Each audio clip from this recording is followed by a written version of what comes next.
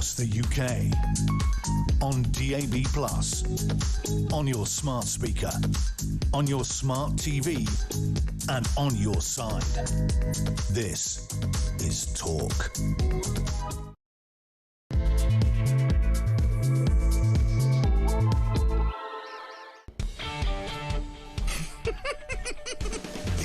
Hey, very good morning. Christian, executive producer, just seen flying out of the studio, trying to correct something technically. A very good morning to you. Welcome to Thursday, the 7th of May. This is Jeremy Kyle on Talk, the home, of course, of Common Sense, and, of course, the place where you come and give us your views on the news. Now, you'll know today is, of course, from 7 a.m. polling day, and discussion and analysis of election issues cannot take place today. We can talk generally, nationally.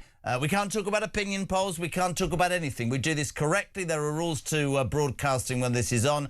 From 7 o'clock, you will go, you will cast your vote. That is your business. That is your right. You might not go. You might not vote. And this station throughout the day will talk about what you want to talk about, and we will bring you those results as soon as they are available tonight. But it's fair to say that the day has arrived. The nation will decide, and we will go forward with that.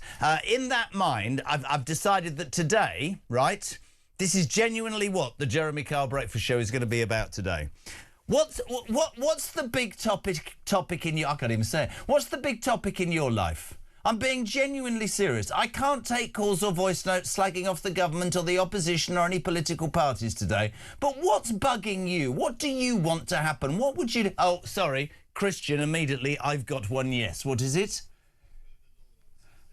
Should Christian mow the lawn on Saturday and Sunday? That's not a problem I have, because my man does it and the lines are very straight. We're going to say a very good morning to the First Lady of Paper Broadcasting, who's just delivered her own bombshell. Poppy Coburn, good morning. Good morning. What did you just say to me off air? This is the last... What? I'm going on holiday for 3 weeks. Let me just explain how this business works, OK? This is the enormity of what we have to deal with on a daily basis. This bombshell was just dropped by Poppy Coburn. Christian in the studio doing what Christian does, and I went rather misty-eyed. We can't cope for 3 weeks without her. What the hell are we going to do? And Christian went, get a replacement. But no person could replace you, Pops. I hope not. I'd be very disappointed if I come back. We won't ask you where you're going. Just avoid any ships. 0344 499 1000 is the number you need for Thursday morning. 0344 499 1000. We'll take your calls. We'll take your voice notes. We'll also take your texts as ever. Team 87222. Do please start your message with the word talk. The text thing's not working though. It's all a bit pink and a bit weird. But that's OK. Don't worry about it. So the big topic in your life, 0344 499 1000. Just to give you an overview of what is in the news, we just touched upon it. 2 Brits, including an ex-police officer, we hear, are self-isolating at home in the UK over fears that they were exposed. It's an appalling story. The rat-linked hantavirus, that ship, the cruise, 3 people have already died. No country wants to take them. 2 Brits are self-isolating. All the usual medical comments. Don't worry about it. Don't fret about it. We're all like, I don't know about you, but ever since COVID, we're like, well, God, what's going to happen? And ironically, I'm just going to share this with you because broadcasting is, in my mind, about honesty. If you look out of the studio here from this extraordinary news building, you can see the Thames. And for some utterly unknown reason this morning, just down there is docked the biggest boat I've ever seen. And one wonders if that is, in fact, the cruise liner. I'm sure it's not. 0344 499 1000. I'll tell you one thing. This is genuinely true. It doesn't matter what day of the month, week or year it is. The migrant stories don't go away overnight. French police, God bless them, have finally slashed a migrant boat to stop them heading to the UK. Personally, I think they've just done it so the cameras are on them. But just to give you an idea of the world we live in, peeps, having done that to stop the boat, they're now facing an investigation by the French human rights charity. That's how mad the whole thing is. The human rights charity, it's on screen, the video right now. There they are, slash the boat, you're not going. Now, apparently they've taken away people's human rights. Wouldn't you want those human rights charities to be thinking, what are the rights of these people putting themselves in complete danger and potentially dying and coming to a country they shouldn't have been here?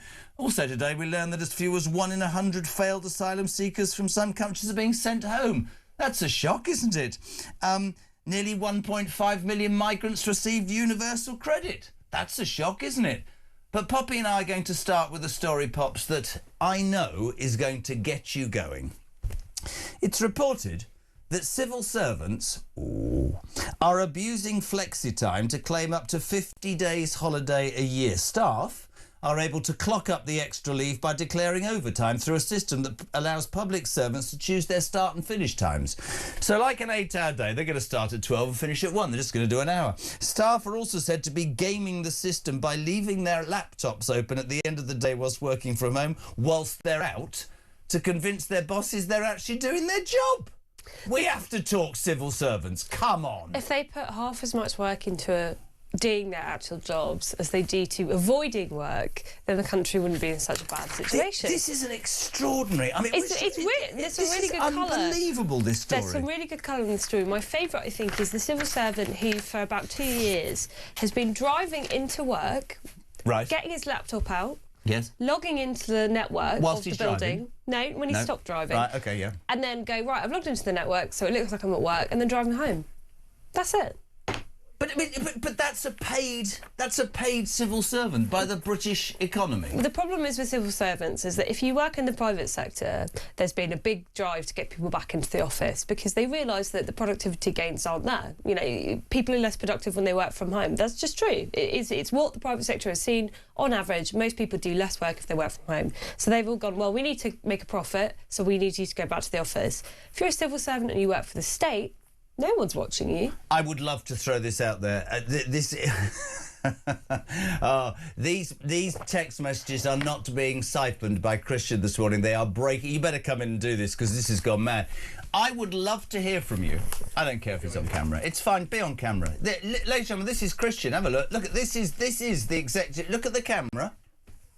Look at that. Wow. I would love to hear from you if you are working from home this morning. Poppy, as a journalist, genuine question. Do you work from home? No. Never? Never. What do you make of people that work from home? Well, it depends. I mean, like, I think there are some jobs, if you're like a coder, like you don't need to come into the office, you can do that from home. And also, if you have targets that's set by your boss, you can do it well. But for the work that civil servants are doing, like employees of HMRC, many of which have not even turned up to work for over 6 months, haven't set foot in the office for over 6 months, that is unacceptable. I understand flexi work. I don't always actually think it works best for the company. I think it works well for people. I've got some friends who Friday is just a day off now. They just don't do any work on Fridays. Well, when I first came to work here, I'm not going to say who because that would be wrong, but somebody told me that there's a phrase, Tuesdays, Wednesdays and Thursdays. I am familiar with that. But say it I mean, aloud. No, spell it out. But actually, interestingly, seemingly people, and I know I only do 4 days. I would love to do more. They just don't want me. But the truth of the matter is, working from home, let's look at both sides of the argument. Quite a discipline to sit there for 8 hours, not come across anybody, meet anybody at the coffee machine or the water cooler, go out for a sandwich at lunch and have that sort of reaction that you want. But yeah, how good is productivity if you're at home? As she's going, oh my God, it's that boat. How to fight? No, please say no. No, you're right. Okay. No. Okay. Nay. What have you turned into, an old cart horse? What are you doing? Nay. Yeah, working from home. Am I a bit cynical? Am I being unfair? I don't think so. I mean, I noticed that because I commute every day. So on Mondays and Fridays, it's great because it's always empty. There's no one on the tube. I can always get a seat. It's very pleasant. It's very true, that comment. Totally true. I think, like, look, on a Friday afternoon, even when you're in the office, do people do loads of work? Maybe not as much work as they'll do on a Monday morning, but it is not good for the economy if we go from a 5-day week to a 4-day week. But there are and also from a 4-day companies. Week to a 3-day week. There are also companies. My brother-in-law will tell you that the money that they spent on their huge offices in London that they got rid of after COVID because the return from people working home is actually greater. Than paying millions of pounds worth of interest. Morning, Jezza. This is brilliant. Listen, it is the day of the local elections. We can't go into it, so I've thrown it out there. What's the big thing in your life today? 0344 499 1000. And just to prove, I mean, this is really... There are sad people. Julian, Morning Poppy and him. The biggest topic in my life today is having to go off to work while Poppy is on the show. I'm going to miss her. That was a very ladylike guggling of water there. It's nobody's human right to break into the UK illegally, says Peter. Good morning, Poppy. Good morning, Jezra. I hear Poppy's having a cheeky getaway soon. turns into many cheeky getaways. Jezza, this show is pointless and incomplete for the next 3 weeks, is Jack in Gravesend. That's very kind. So what? I'll tell you what, I'll work from home. Sod you all, I won't... I bet you'd go on holiday. You could do radio from home, couldn't you? What? You probably could do radio from home. What about that? Morning, Jezza. My biggest issue facing me currently is what size pond I'm going to build this weekend. What? That's quite nice. It implies a very big garden, doesn't it? Jodie Bennett building a pond. Yeah, digging a pond, filling it up. Are you into all that gardening rubbish? I don't have a garden. Well, no, sorry, I have a scrapyard that leads up to my flat. Why? It's horrible because the land was just left a load of scrap metal that I get to look at every. So you haven't got window boxes or plants? Or... No, absolutely not. I've got OCD, which everybody knows about. So I mop the kitchen floor before I go to bed. I literally, if the lines on my immaculate lawn aren't straight, I'll go and redo them at 2. Well, I won't. I'll get somebody to do it at 2 o'clock in the morning. It absolutely infuriates me. But your neighbours must love you. Sorry? 2 o'clock in the morning. Watch this. Sorry? 2 o'clock in the morning. Who wouldn't like me? Your neighbours? I haven't seen anybody on either side. I have no idea. You knew that was coming. Sorry, neighbours? Neighbours? Sorry. Oh, those people a mile either side of the house. Yes, those people. He's got his own postcode. I don't talk to them. He's got a different postcode. I'm joking, by the way. I'm not. 0344 499. They're laughing through there. 0344 499 1000. Deborah says, my goal for today is simple. One whole show without Jeremy announcing his age, like breaking news. I'm 64 and I'm not old, so you can bloody well calm down. Have a good day. Love you to bits. Deborah, do I mention my age a lot? I think you have mentioned it a few times. My topic suggestion says Mick. Really? I can't... Talk about dropping me in it, Christian. It's that... My topic is this. An increasing problem amongst young men due to anxiety and a feeling of worthlessness is erectile dysfunction. You think he's taking the what?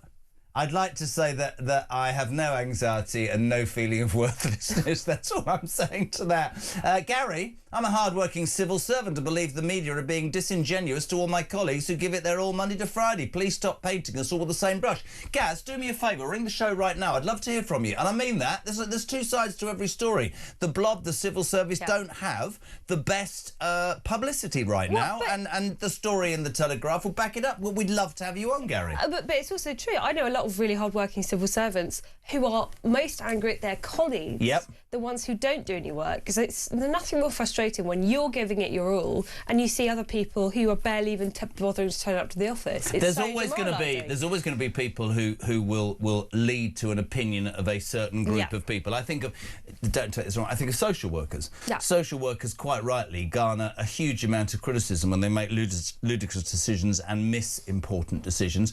But there's also hundreds of thousands of them that work brilliantly, do the most awful job and do outstandingly well that we never seem to con. So maybe I'm being unfair. If you're a civil servant like Gaz and you want to be on at 6:15 on a Thursday morning, 0344 499 1000. But that working from home thing. I mean, yesterday we were talking about how since the coronavirus, to get benefits, Pops, you don't actually have to even see the person. You can do a telephone call and say, I'm terribly sorry, I can't get a job, I'm suffering from anxiety and possibly erectile dysfunction. Oh, well, we'll give you a year off and some money. Yeah, I mean, I think the problem is we talk in generalisations, but with civil servants, it is true that productivity after COVID for the private sector has recovered. Productivity has never recovered for the civil service. Yep. And I think because people think, well, I'm not working for a private company, I can relax. And it's like, no, you're working for us. You're working for everyone who lives in Britain. If you're a British citizen, we are your boss. And so that is why it's very frustrating to know that people whose salaries that we will pay through taxation think that they can just put their feet up. But I mean, I think there's a point which isn't popular. You're absolutely right. In the private sector, it just wouldn't happen because you'd be part of a business that would be answerable to profit and loss, and if you didn't deliver the part of that business that you were paid to do, you'd be out the door. Yeah. The argument with civil servants in the I remember Jacob Rees-Mogg when he was in the cabinet in the government would go in and leave notes because nobody was in. Yeah, sorry I missed you. Sorry I missed you. You haven't been in for a week. I mean, that's not good enough, is it? Yeah, no, it's not good enough. Absolutely. So, Gary, get on the phone if you think we're being unfair. But unfortunately, this story about civil servants isn't going anywhere. Apparently, we've got a civil servant unionist later on who's going to argue with me. That'll be fun. That will be fun. Absolutely. It's Simon from Nottingham. My goal today is for my football team to travel away for a second leg wing and make it to a European final. Brilliant. I'm so delighted for all the Nottingham Forest fans. Good luck tonight. Yeah, do a job for me on Villa. don't want to start on that. Morning, Ian. Morning, Jezza. Morning, Pops. Ian from Holmfirth, summer wine country. It's a bit of a chilly start in Yorkshire this morning. There's a chill and a mist, but the sun's coming up. The rolling hills are full of a multitude of shades of green. It is beautiful this morning. What am I looking forward to? I've got a holiday booked. I'm taking my two boys to Mallorca in October. Everybody needs something to look forward to, and that's my goal that I'm looking forward to. Anyway, keep smiling, everybody. I'm loving listening to everybody's different opinions every day, and we'll get through it. We'll get through it. He'd be like that bloke in school that didn't get wound up about a homework or changing for games or swimming in the pool that's got ice on it. What a lovely, happy man. So much does he love Yorkshire, he can't wait to go to Mallorca. Yorkshire's beautiful at this time of year, though. Have you been to Yorkshire? I have been to Yorkshire, yes. It's nice, isn't it? Yeah, it's beautiful. 0344 499 1000. Morning, JK, but the even better, Poppy. My wife is a civil servant. I've seen her work really hard from home, but I've also seen her have her nail varnish rested on the keyboard to look like she's busy. I moved it because I thought it had fallen on her keyboard. She told me off.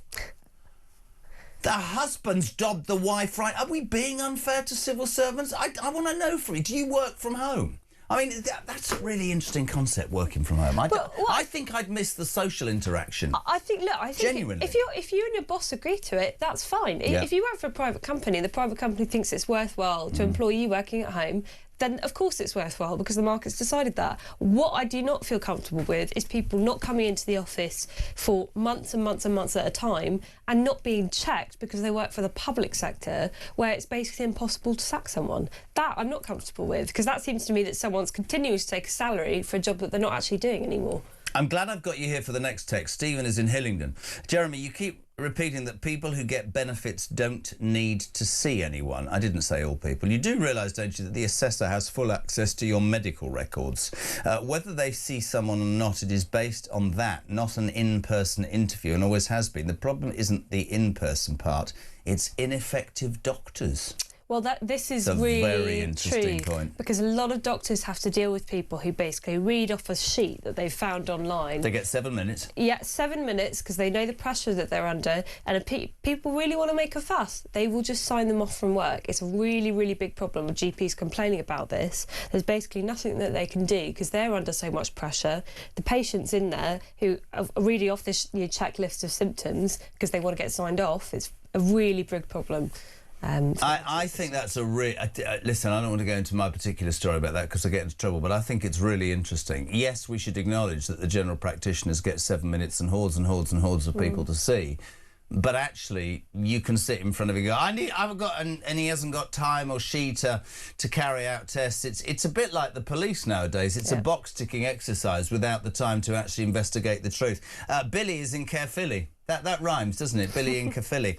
As I've said before, I'm a civil service worker, and what you're saying, Jez, this morning is absolutely true. Flexi can be easily manipulated to gain a lot more holidays, and today will be a busy day, and tomorrow the offices will be dead. I've worked longer in the private sector and find it extremely hard to understand how people have such a poor work ethic who work from home. That's what he's saying. We're not saying, just giving you an opinion. Billy from Caerphilly. Yeah, I mean, it's true. I have heard from civil servants who work there who actually do loads and loads of work. I mean, I actually know someone who was told off for sending a work email after 5 p.m. by his own boss. He was told off for working too hard. So he was told off for sending an email after 5 p.m. Yeah. So we have that in all offices, don't we, here? You can't... I've been told you can't speak to somebody after 5 o'clock.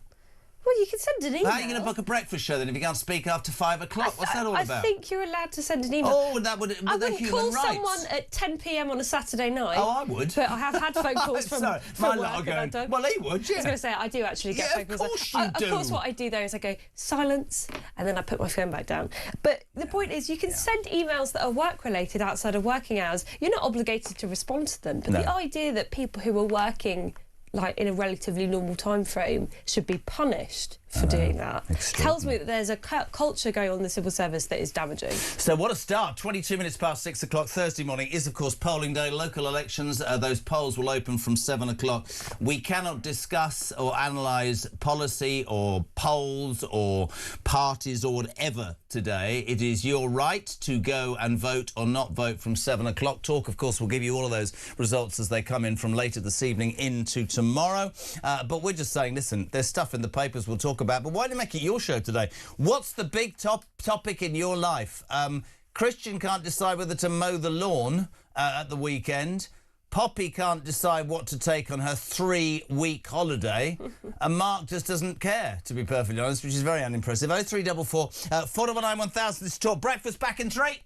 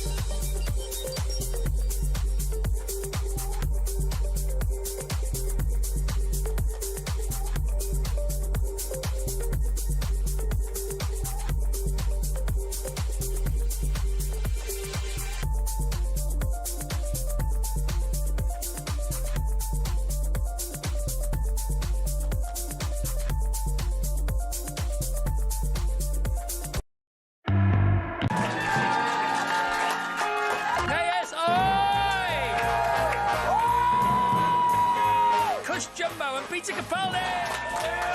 just so happens that it's all "you're amazing." Right. Paul White! Sir Lenny Henry! I was face down and the dog sniffed my crotch. It was very, very embarrassing. Staying out for the summer.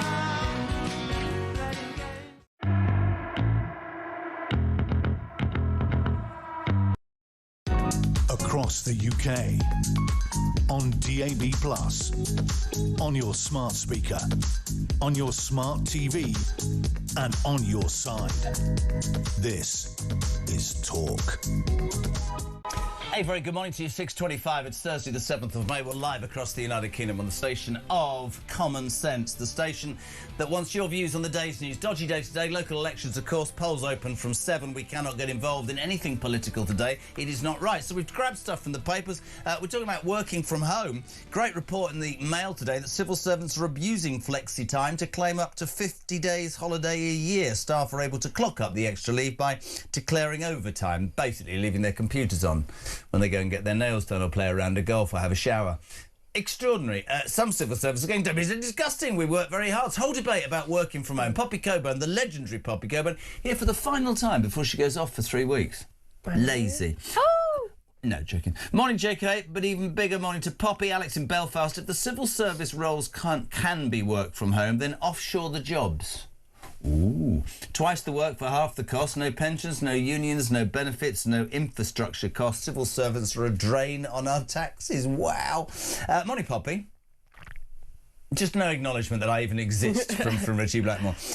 Nice to see you. Now I know I'm going to have a good day. Civil servants, what a bunch of wasters. They should be forced to go into the office every day, Monday to Friday, or you get sacked. They should be not working from home. For civil servants or anybody else. ICE, an agriculture contractor. What? I'm an agriculture and I couldn't work from home. I started 5 o'clock in the morning, sometimes, especially this time of year, I would not finish until 10 o'clock at night. I'd like to see the civil servants do those sorts of hours 7 days a week. Richie from Mid-Sussex. Good morning to Sharon Miller. Great response this morning.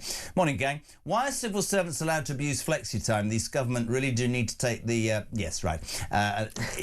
Successive governments. I have to just say, this cannot be labelled at any government. The civil service has grown to an extent, has it not?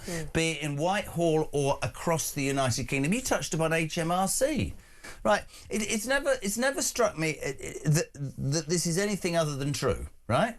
If you want to ring HMRC for them to acknowledge that you've made a payment and everything's good, can you get an answer? Can you? No. If you haven't paid and you're about a minute late, do you get a call or a letter? Yes, you do. Priorities, right?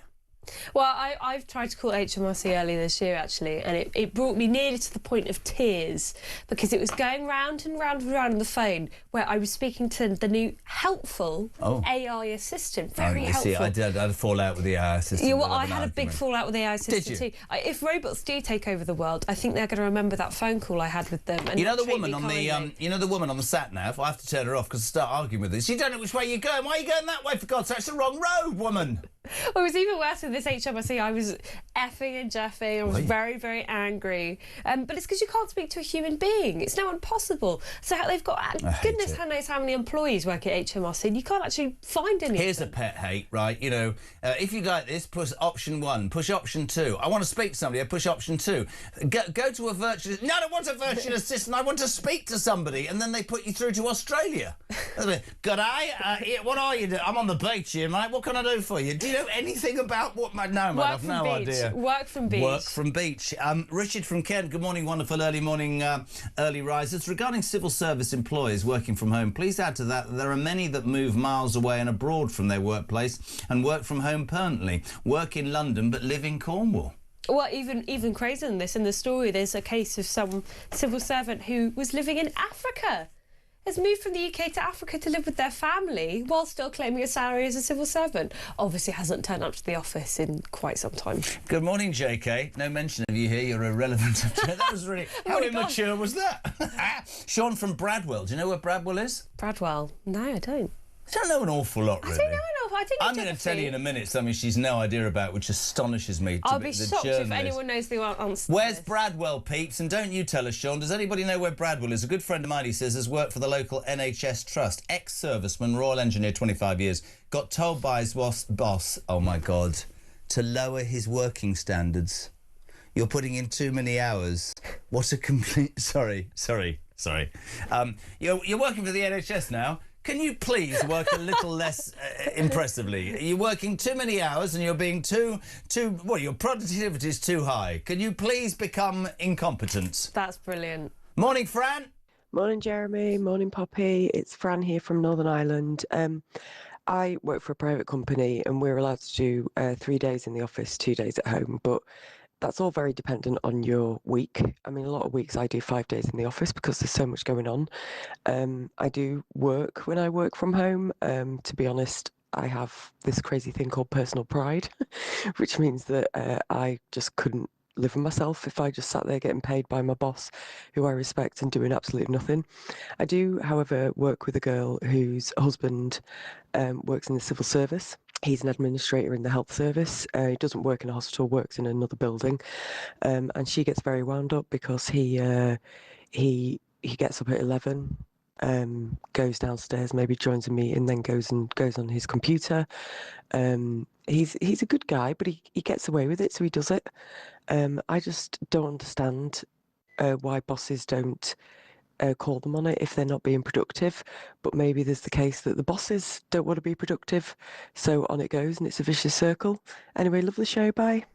How bad's that? I mean, that is just exactly... She made a point, personal pride. I think that's a great point. Personal pride. Well, that is the aspiration. Same as me. I couldn't do it, but that said, I think if you give people the option, you can get up at 11 in the morning, You know, you can make yourself a nice full English breakfast every day. Maybe go onto a meeting, turn your camera off, don't actually listen to anything. This is why I couldn't work from home, because I wouldn't know how to turn my camera. I don't even know how to do a Zoom You wouldn't even thing. know how to Skype off work. Well, You'd have to work to learn how to be a Skyper at work. I'd have to. One of my people itself. would have to come in and set the computer up for me. I mean, ridiculous. Honestly, I think it's a really important point. Steve says, "Good morning. My local civil servants mate works 4 days a week, and over 50% of them from home. He's been doing it for 2 years.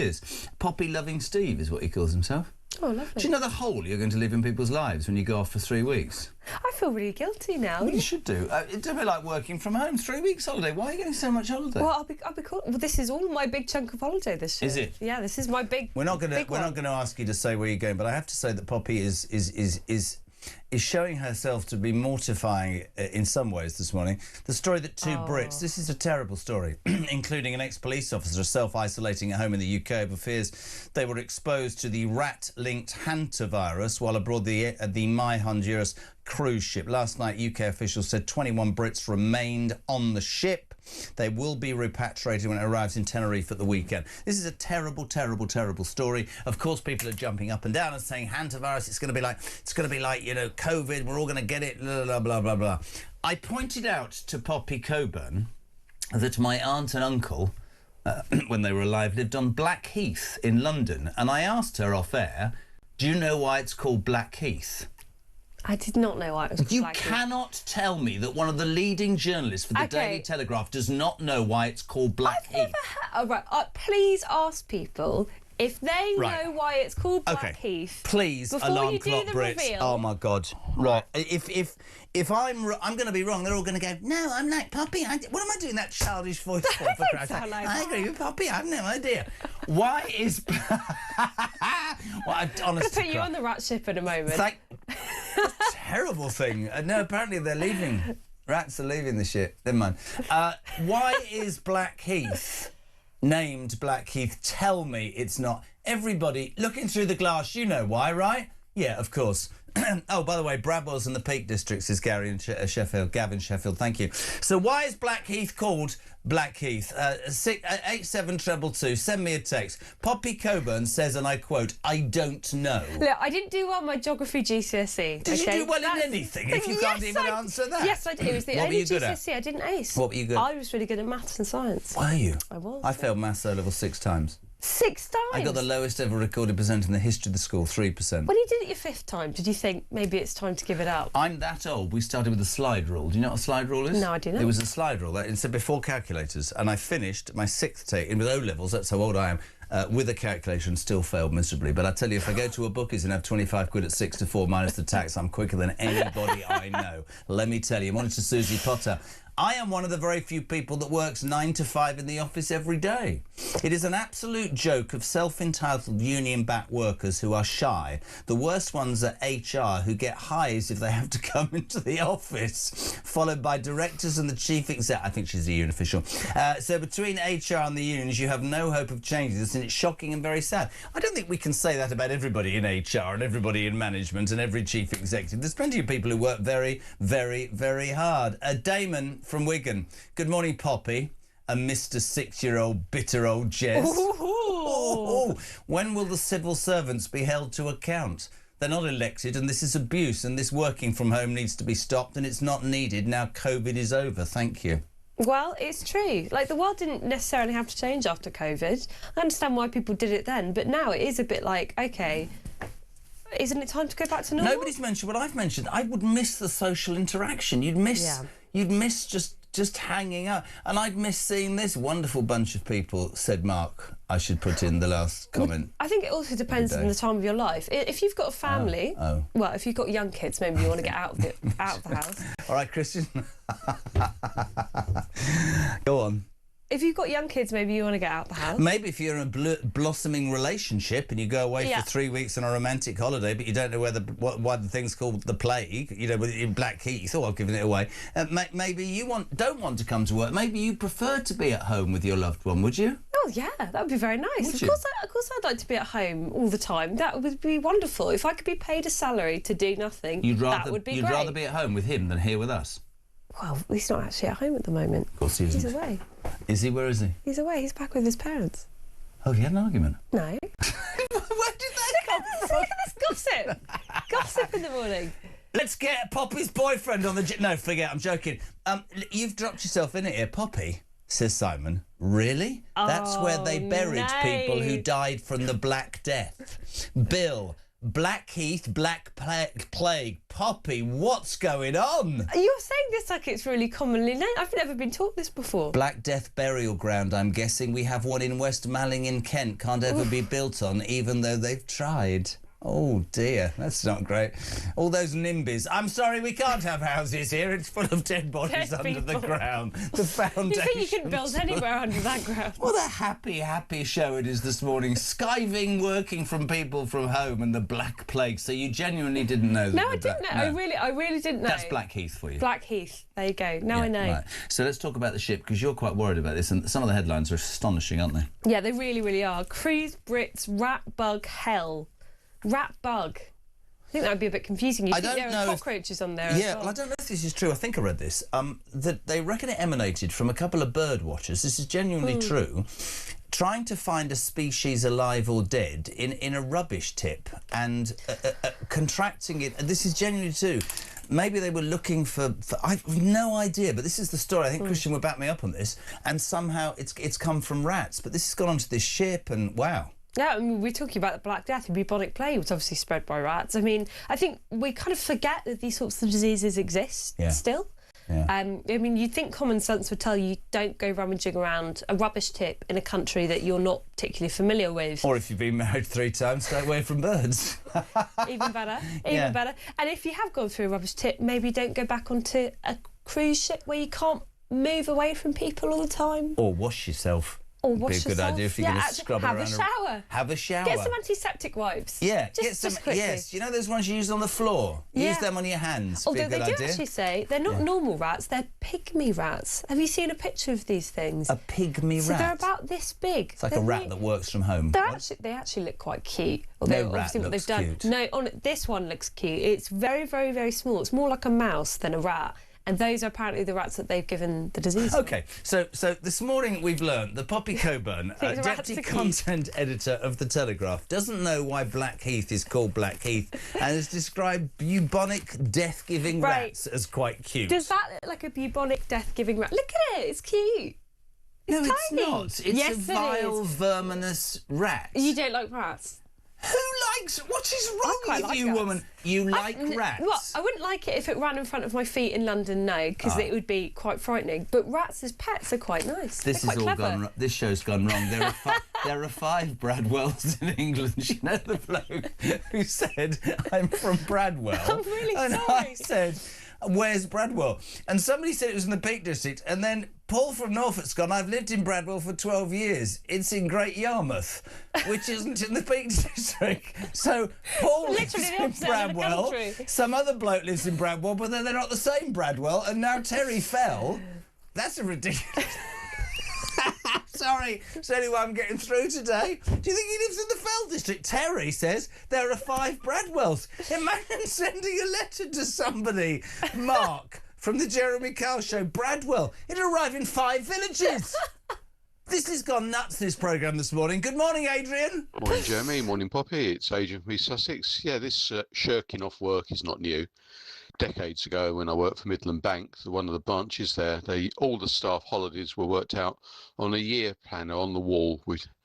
And one particular cashier, she used to go on holiday, and then 2 or 3 weeks after she was back, everyone had forgotten that she'd been away. She used to take a rubber out, erase her little marks on the chart, and pencil in a new one. She used to get about 8 weeks holiday a year, where everyone else was working on 4. But for 20 years almost now, I've worked for myself. And unless I actually deliver work, I don't get paid. That's what's wrong with this country. Awful lot of things like the BBC and civil service, no one actually follows what the staff are actually doing anymore. Good luck all.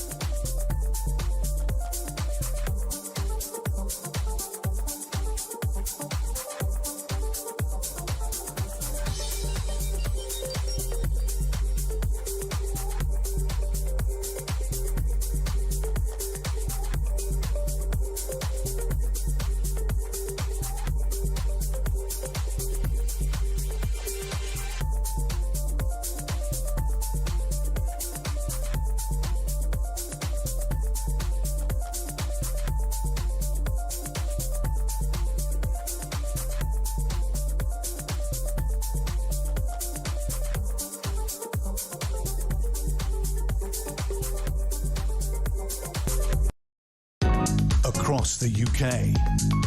On DAB+, on your smart speaker, on your smart TV, and on your side. This is Talk. Welcome back. I'm loving today. Of course, you'll know it's polling day, local elections, discussion and analysis of election issues, policies and parties not allowed. Polls open in, 17 minutes? We'll leave that to you. If you vote, you don't vote. And Talk, of course, the home of common sense and the home of your chance to have your views. We'll be talking later in the day as those election results start to come in overnight and into the weekend, and we'll analyse it all on breakfast on Monday. So I sort of threw it out there. Poppy's here. What's the topic in your life that matters to you today? Don't make it political. Make it something else. 87222. We're talking working from home. We're talking the rat ship. We've learnt an awful lot about Poppy Coburn this morning. We've learnt that she didn't know that Black Heath was named Black Heath because people died from the Black Plague. We've learnt that she likes bubonic rats that potentially kill people and describe them as quite sweet. But what I've just found out in the break perhaps beats it all.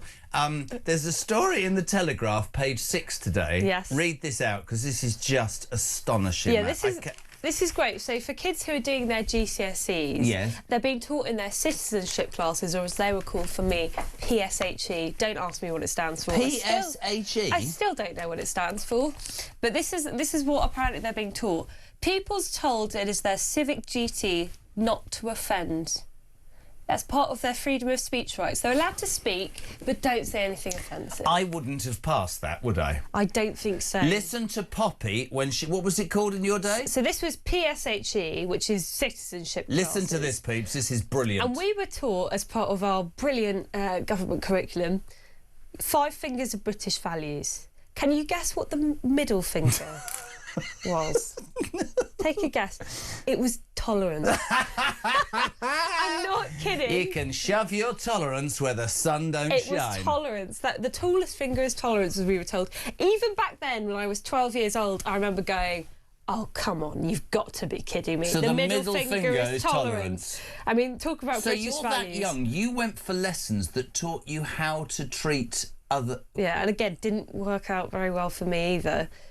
So kids are taught that they shouldn't offend? Yeah. Nobody sets out to offend, but what about having an opinion? What about having a disagreement, that's a debate? Not on the hand of 5 fingers. What were the other 4 fingers? I don't even know. If you're tuning in, I do apologise. It was. I think Poppy, tell me what the other 4 fingers were for. I mean, how does that sound? How does that sound on a Thursday morning? One was kindness, I think. Right, okay. One was the rule of law. I think it was the fun.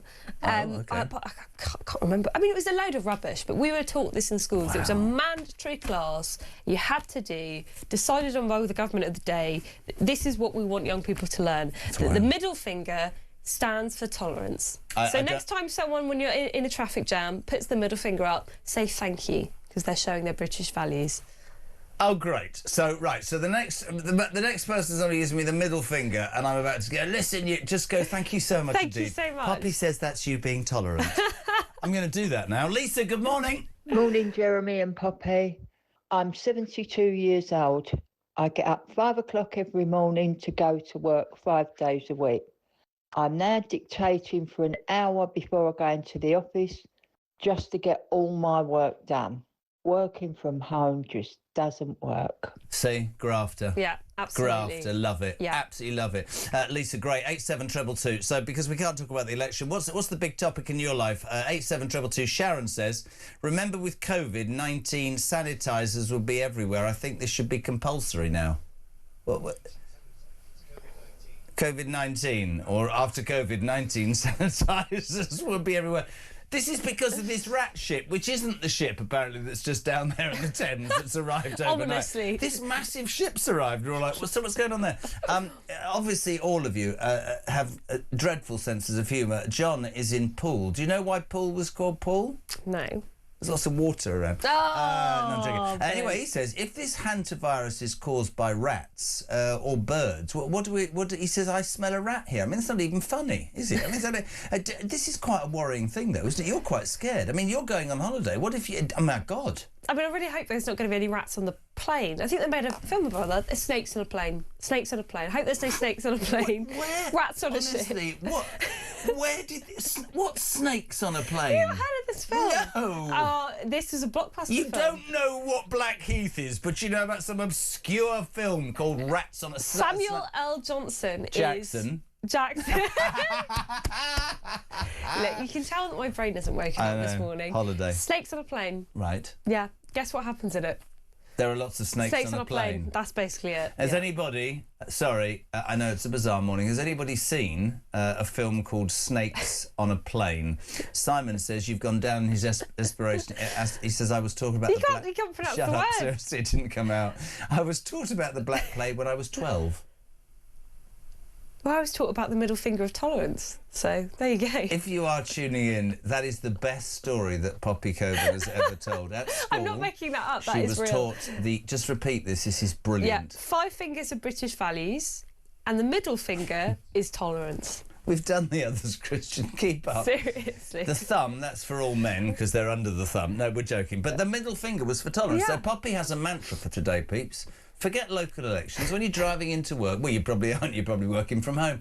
When you leave your computer on to avoid going to work and you walk down the road and somebody goes, you lazy so-and-so, and you give them the middle finger, remember, that's just you being tolerant. Yeah, it's just being a good citizen. Brilliant. Hello to Richie. He says, just the most important thing in my life right now is wondering if Poppy would marry me or not. I'm 73 in July.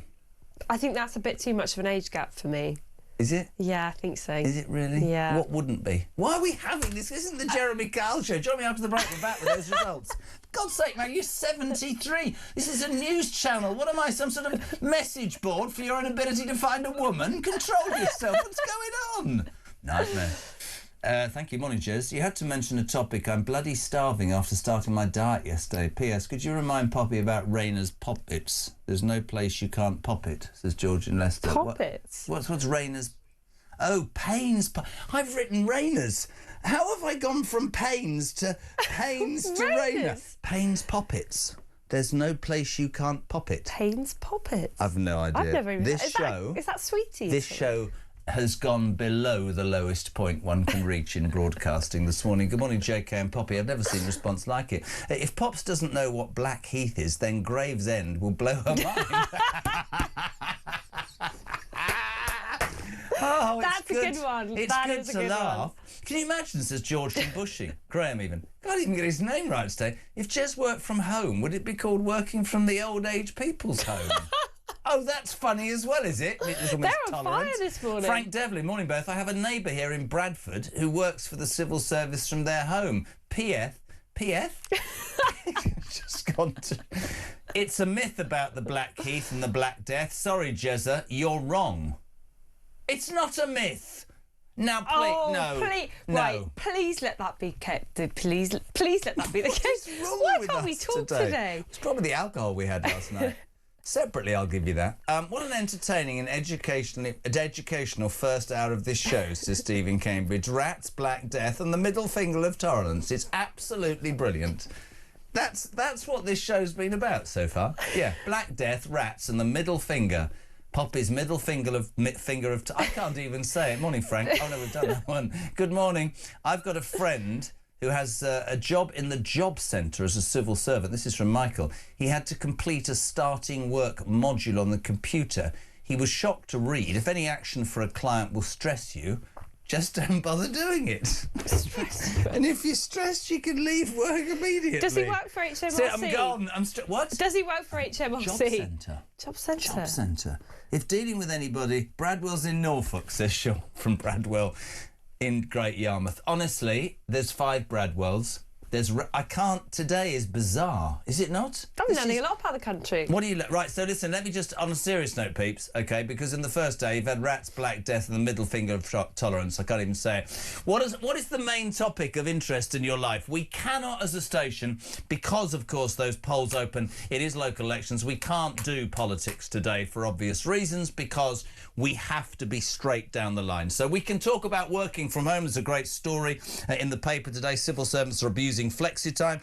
We can talk about the rat-linked hantavirus ship, which isn't the ship that's just docked outside News UK in the Thames, because if it is, we're all running off. We can talk about migrants, and we can talk about that great story that kids are being taught to be tolerant.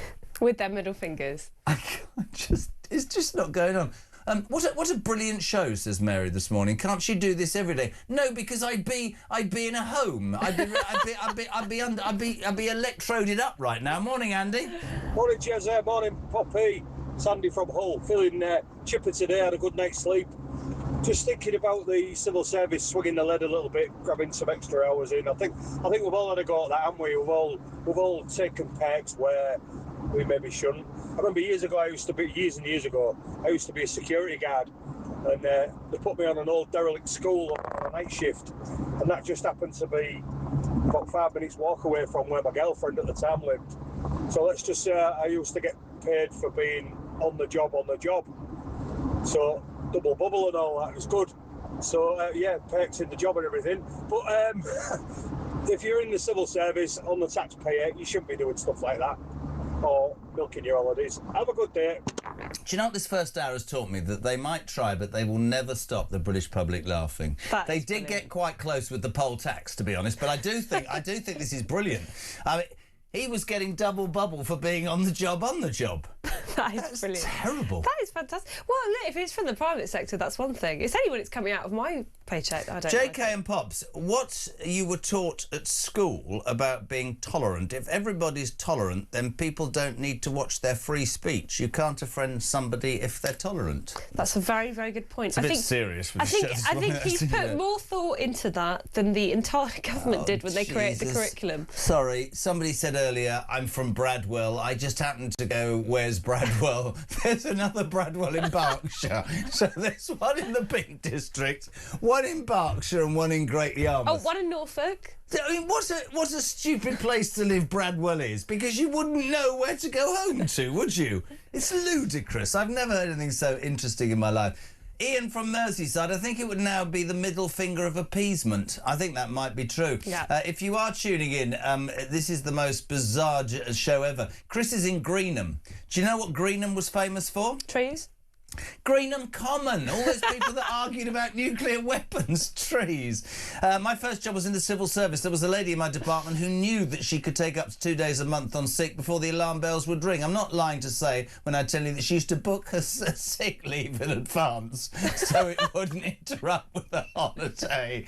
If you have tuned in to Talk Breakfast this morning, the amazing Poppy Coburn has taught us, which I'm going to repeat because as Stephen Cambridge said, I've learned about rats, Black Death, but most of all, Poppy Coburn's story about her middle finger. Pray do it one more time. Yes, when I was at school doing my version of citizenship classes, we were taught about the 5 fingers of British values. Right. And the middle finger was tolerance.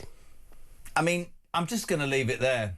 If anybody gives you the middle finger, they're basically being tolerant. Pops, you're amazing. We love having you on. Have a wonderful holiday. Thank you. I hope you don't meet any cute-looking rats. That was another bizarre comment. If you do run out of places to go, you go to Bradwell, but you wouldn't actually know where you're going. Oh, Blackheath. Hopefully I'll have better luck. If you're just tuning in, she didn't know that Blackheath was named Blackheath because of the Black Plague. I still don't believe you. We're going to miss you. She's away for 3 weeks. It'll never be the same. Don't cry, men. It'll be fine, or women, whatever. You see, you can't even say that nowadays. Poppy Coburn, thank you very much indeed. It's almost 7 o'clock. We're live across the United Kingdom. Talk Breakfast is on. This is JK. What's important in your life right now? 87222. Start your message with the word talk. This, of course, the home of common sense. Just to repeat so you know, those election polls, booths will open in 3 minutes. We have to be very careful. We can't talk politics or polls or whatever. We're making it your show today. What's affecting you? What interests you? What's going on in your life? 87222. News at 7. And James Price next on Talk Breakfast.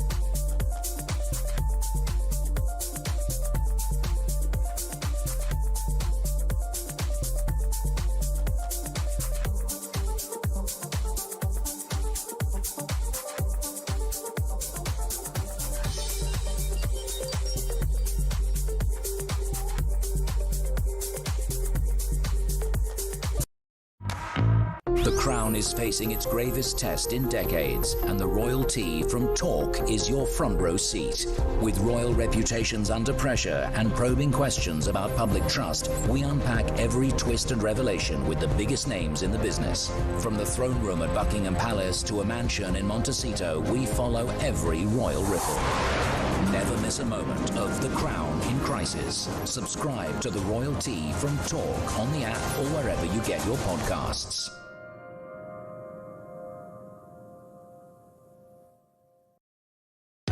Across the UK, on DAB+, on your smart speaker, on your smart TV, and on your side. This is Talk.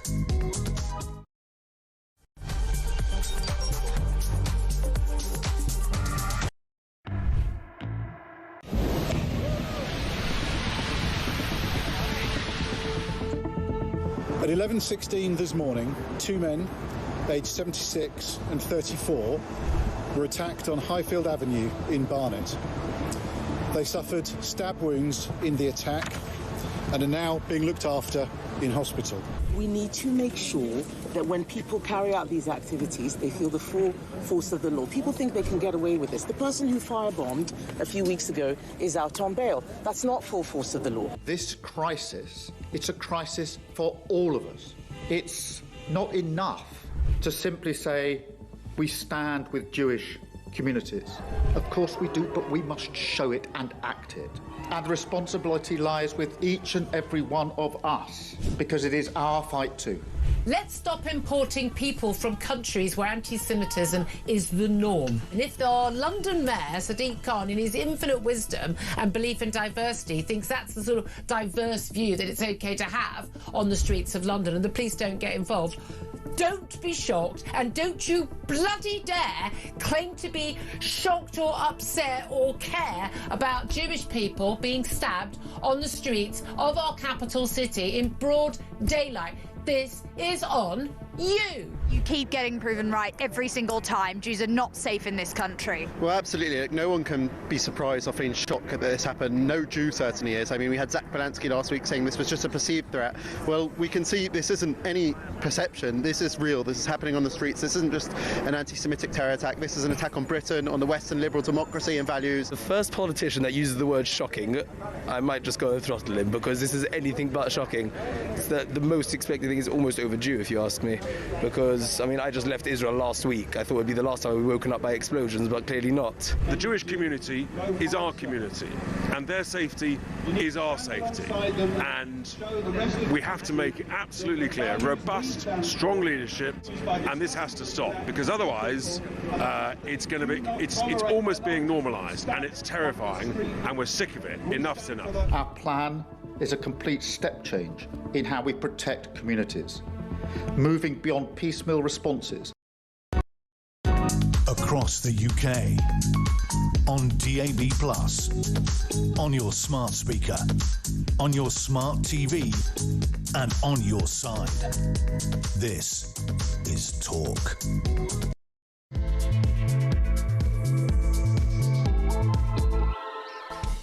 Oh, welcome back or welcome along. Just gone 7 o'clock. We're live across the United Kingdom. Welcome to Talk Breakfast on the home of common sense and the station where your views on the day's news. Now, you will know, as you heard in the bulletins, that the polls have opened to the local elections across the country, and so today's show cannot in any way be anything political. It can't be about policy, about polls, about opinions. We're going to make it completely different. At the first hour, Poppy Coburn was saying, I've made her stay. Because just only because it was utterly bizarre. It started with somebody saying, I'm from Bradwell.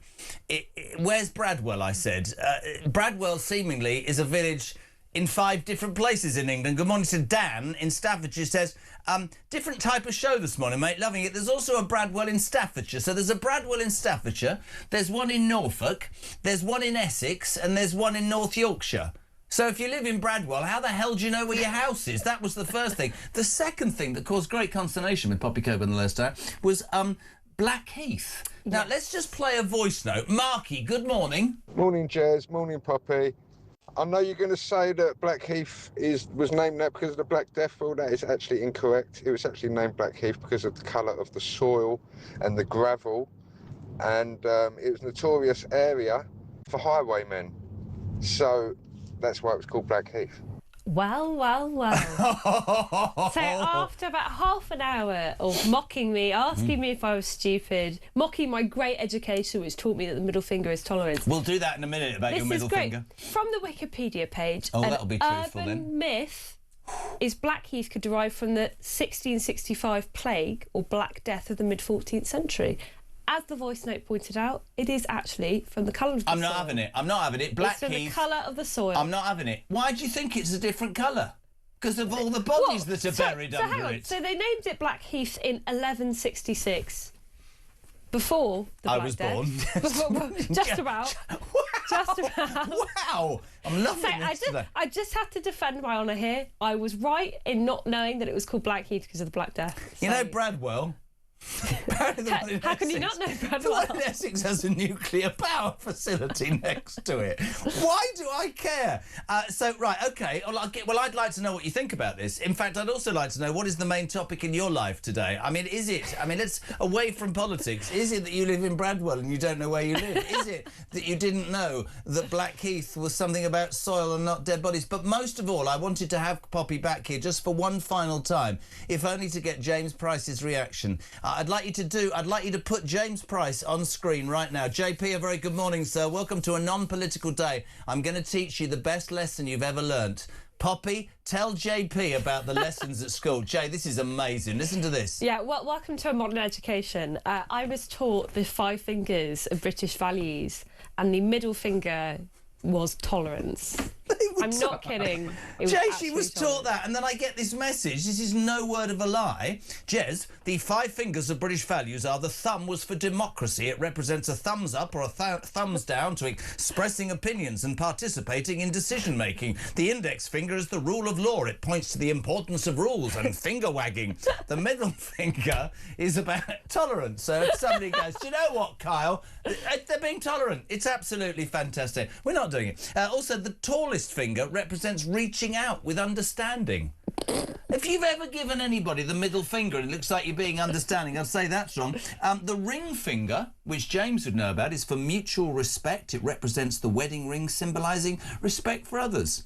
Divorce and huge bills. That was rather cynical, wasn't it? And the little finger, the little pinky, stands for individual liberty, standing alone, representing freedom and individual rights. Who would have known, James Price, that Poppy Coburn's era, they were taught that the middle finger is all about tolerance? He looks even more confused than I do. Guys, I asked this with the best will in the world, but maybe can the producers check there's not a gas leak in your studio? I've got no idea what you're on about. Precisely. But we're not allowed to talk politics today. We are now going to say to the wonderful Poppy Coburn, have a fantastic holiday. Thank you so much indeed. Enjoy yourself. But I'm not having it. Thank you so much indeed, Poppy Coburn. She'll be back in 3 weeks. James, a very good morning. Welcome to the show. We have to be different today, mate. You know the reason. The polls have opened. We cannot do anything political, so I'm going to throw at you a few topics that we have picked up upon, including my favourite today. The civil service are being accused of abusing flexi time to claim up to 50 days holiday a year. Staff are able to clock up the extra leave by declaring overtime and, most importantly, leaving their laptops on to pretend they're in a meeting whilst going out and doing other things like playing tennis and seeing their friends for lunch. Your thoughts, JP? Well, there might be 5 Bradwells across our green and pleasant land, but there's only one priority for our dear beloved civil service, and it's working from home / not working very much at all. When I was in government working alongside cheek by jowl with our Rolls-Royce civil service, the #1 priority they all seemed to have was about being able to work from home. And when the Department for Education was at the bottom of a league table published for getting people back into the workplace physically after COVID lockdowns and all the rest of it, we said, right, enough is enough. We're going to put as an edict that says that basically we want staff in the office 4 days a week, which doesn't even seem that much. But considering when you have politicians who have to go off to their constituencies on Fridays, that seemed fair enough that actually if the politician's gone, maybe you can actually get some work done. And this caused more outrage amongst the civil servants of the Department for Education than anything else done, I think, even up to and including Michael Gove's reforms 15, 16 years ago, or anything else I've ever heard of.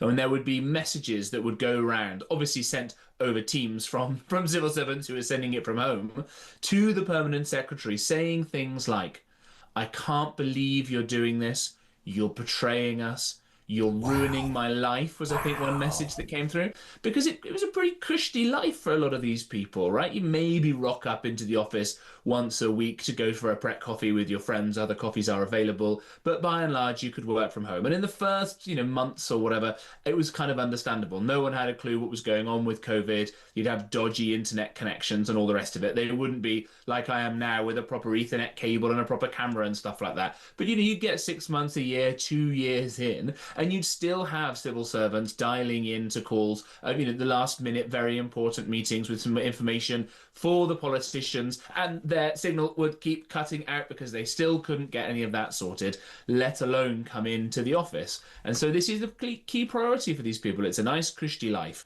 I should say that I think that it's fine if a business wants to choose to do this, a private business. I think that is on them, and I don't think that the government should be telling people how many times they should have staff in the office, because that opens the door for, God alone, trade unions, but for businesses to be told what to do by the government. But given that these people are all paid by taxpayers' money, everybody listening to this at home, I think there is a responsibility on civil servants, certainly senior ones, to be in and around their junior colleagues, to show them how it's done, to train them up. Isn't it? Mate, I'm with you, and and I mean this, Jenny, by the way, for anybody who was offended, the middle finger thing was meant as a joke. Thank you very much indeed. But no, just point that out, because somebody... Be tolerant of our intolerance. Be tolerant of the fact that we were trying to smile for an hour. On a serious note about this working from home, I want to hear from you if you work from home, and for you, it's changed your life for the better. Do you think it's a scam? Do you think it's genuine? There are people who perhaps would look at it and go, I haven't got the chance to do that, I haven't got the choice, maybe there's a degree of jealousy.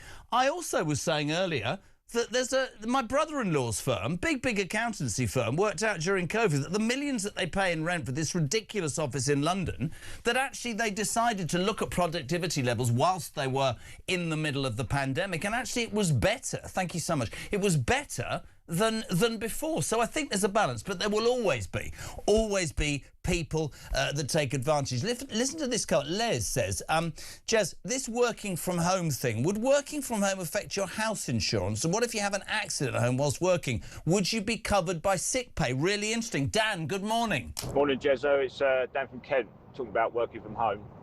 I had an ear infection once and I couldn't get a doctor, surprise, surprise. So I went to the chemist and they suggested I paid this £30 fee and sat in a room and had a Zoom meeting with a doctor who was somewhere in the country. I knew she was working from home because she was at her dining room table and I noticed the child was playing in the background. I'm just glad it was just my ear that needed looking at. Great show. Honestly, what's happened to you lot this morning? Jay, just to completely confuse you, and thank you, because watching you try and deal with the madness of the first hour is one of the funniest things ever. We discussed Bradwell, apparently, there's 5 Bradwells. I've just been told that Blackheath, there's a large town called Blackheath in Dudley in the West Midlands as well. So I'm completely confused. Let's move on. Have you ever worked from home, by the way? Well, I'm talking to you right now from home. Precisely, that's why I asked you. Right. Well, but again, it's responsible as well. The thing that people were talking about is you've got to be pretty switched on to be that dedicated, to go in for that number of hours and close the door. So, because it's easy if your partner's there, your wife, your husband, whatever, the kids, it's easy to get distracted. The guy, I know somebody who works from home, and he says, I literally have to be very, very, balanced, but dead set on going into my office at 9, and I take a lunch break and I go for a walk because I need to clear my head. But for me, the thing about working from home, mate, apart from productivity, is the social interaction thing's not great, is it? All of that after COVID? Right, absolutely right. And I do think we've seen an awful lot of problems with our society in general after lockdown. So I think we can see we've really tested to the absolute extremes what would happen were everybody to be atomized forever and ever. And I think it's really bad. I think we'll probably see in the long term, provided, God, when we don't have another pandemic for a long time, that actually all the negative effects of the lockdown probably will outweigh the benefits of keeping lots of people alive when you look at it in the long run. You look at children's development in schools, Yeah, I agree. Look at young babies' development, look at old people being lonely, look at all the other health problems, all the other cancer treatments that went by the wayside, and so on. So I think we've learned an awful lot from all of this. And again, I think that this is something that, unless you are the government and you're civil servants and people are therefore forced to do this stuff to try and train the younger people up, I think this should be a decision for individuals and for families and for businesses. I mean, for my part, I end up working a lot at weekends and take different breaks in the week. I'm in the office sometimes, I'm not. And that kind of flexibility works for now, certainly as we've fled London and live as little hermits out in the middle of nowhere. It's like the good life, his life now. It's like Felicity Kendall and Richard Bryars. Have you tended to your marrows this morning in the countryside? Well, that far be it from me to talk about my marrows at too much length. Oh, God, what's going on today? I don't know which one of the 5 fingers marrow tending. Don't start. If you're just tuning in, this is because Poppy Coburn, ladies and gentlemen, announced in the last hour of a slightly strange first hour, because we can't do any political stuff today, that she was taught at school about the 5 fingers, disciplines, and the middle finger was tolerance, which has led Chris in the southwest to just message me and say, thanks to Poppy, I'm going around today showing everyone my middle finger when they complain. I'm just saying it's tolerance, accepted. I think that's a brilliant story. John, careful, because my dad is a Chris from the southwest, so I said, Dad, go home, take your meds, stop showing the middle finger to everybody. Thank you. Do you know what? Why is the West Midlands called the Black Country? I can't do this anymore today. I need to get back to seriousness. It's gone absolutely mad. Joe, the other thing that you touched upon there, we've talked actually about COVID and the impact on working from home. We were joking this morning that there's a big ship that's arrived, and you can see it's parked in the Thames, parked. Do you know you park a ship? But anyway, and of course this terrible story that's in all the newspapers about the hantavirus rat-linked hantavirus outbreak on that cruise ship. Countries are saying you can't come in. 2 Brits, we found out this morning, are self-isolating at home. 21 further Britons remaining on the ship will be repatriated when it's allowed to berth in Tenerife. Several countries have said no. This is this in your mind? Panic stations because, and I'm being completely serious, what happened with the pandemic? Would we be reacting like this, or is it important that people are aware? Because how this has started, I believe, is literally, this sounds such a bizarre story, but 2 bird watchers going to some tip or dump to try and find, I don't know what to do with bird watching, quite why you do that. And this is rat-linked, this illness, but it's killing people. Yeah, I think they were 2 Argentine bird watchers as well. So hopefully this isn't linked to their recent claims about the Falklands. I'm sure it's not. Look, I think one of the things that we're still trying to learn from the pandemic, and obviously we've got this incredibly expensive inquiry going on that is going into how much cake Boris Johnson ate, rather than learning any of the actual lessons, unlike the way that the Swedes have already wrapped up their inquiry and so on. I think that we need to have some more money invested in the really early testing for these sorts of things. And Dominic Cummings does great stories about how they managed to start testing all the sewage to work out rates of where coronavirus had got in, and then all of the great technology we used for that had been scrapped by the blob that didn't want to be held accountable for any of these things. You've got to know, is this the sniffles, or is it Ebola, when it's one end of the spectrum? Now, if something is like Ebola, where there is a 70% mortality rate, then if there's any slight risk of it, you've got to shut everything down, shut all the borders down immediately. If it's the sniffles, you've got to tell people to put on their grown-up trousers and keep calm and carry on. Yeah. You've got to work that stuff out early doors. The problem is we didn't know with COVID what it was because, frankly, the Chinese Communist Party were lying to us. They were withholding the truth about these things, to the point where in China now, they'll often try and say it was actually started by the Americans. So we couldn't trust them on there. And there was an argument inside government of, well, should we be really robust and quick now or not? And you might recall that Donald Trump, of all people, not necessarily known as a cautious man, was trying to advocate for closing all of America's borders, and certainly all of the flights at the time from China, because that was where the virus was emanating from. And the Democrats, so I assume, even though it's local election day, we can have a pop at the American Democratic Party, they said it's racist to stop the flights coming in from China. So no, that's where this virus has come from. So I think in this case, we have to look very quickly, very seriously about what this is, and shut down, if any avenues of these people coming into the country, or at least quarantine them until we know better was going on, because we definitely didn't act fast enough. And I think the cruise ship is a perfect example of how many different nationalities are represented on that ship, which means how quickly an outbreak could spread to all the corners of the globe. And I always found it astonishing how international a problem this is. I mean, I always found it astonishing, and I wasn't on air during COVID, and I know that people have very entrenched views. I always found it astonishing that a country that was supposed to be the 5th leader in the world did not have practices in place. I will forever say that whoever had been in charge, I think that the link between I'm going to kill 250,000 people or destroy an economy, I can't imagine having to make that decision. I think in hindsight we can say we should have done this, we should have done that. I know all the anti-vaxxers and the people that were against lockdowns and the people who will say, well, we should have done it sooner. I think it should have been, and hopefully was, a massive wake-up call for the world. You're attracting a bit of criticism now. Good morning, Jezza. I can't believe this posh James chap moaning about working from home while sitting in his bloody house. Glass houses comes to mind. That's Paul in Kent. Guilty as charged. Well, look, I'm not a civil servant. I'm not paid by the taxpayer, and I think that's where the difference comes in. I mean, I think I've actually got an Emma Bridgewater jug over my shoulder here that literally says taxation is theft on it. So I don't think I'm being too hypocritical. I love that. Just very quickly as well, we've talked about hantavirus, we've talked about civil servants working from home. A bit about migration in the papers this morning. Did you see that footage of the French police finally slashing a migrant boat to stop it heading to the UK, peeps? I don't know if you saw this morning. I always wonder if the French do that because there's a television camera. That's just one boat. This, you can see it if you're watching on YouTube. The gendarme running out, slashing the boat to avoid it going. And you suddenly think, oh, my God, a change. They've realised they're getting £500 million a year and they need to do something about it. As a direct result of what if you're on the radio, you can't see it, but this is French police slashing a boat. Migrants then come ashore. Guess what's happening? The French human rights watchdog is investigating whether those policemen, by slashing the boat, took away the human rights of those illegal migrants from coming over here. What's the world become, Jay?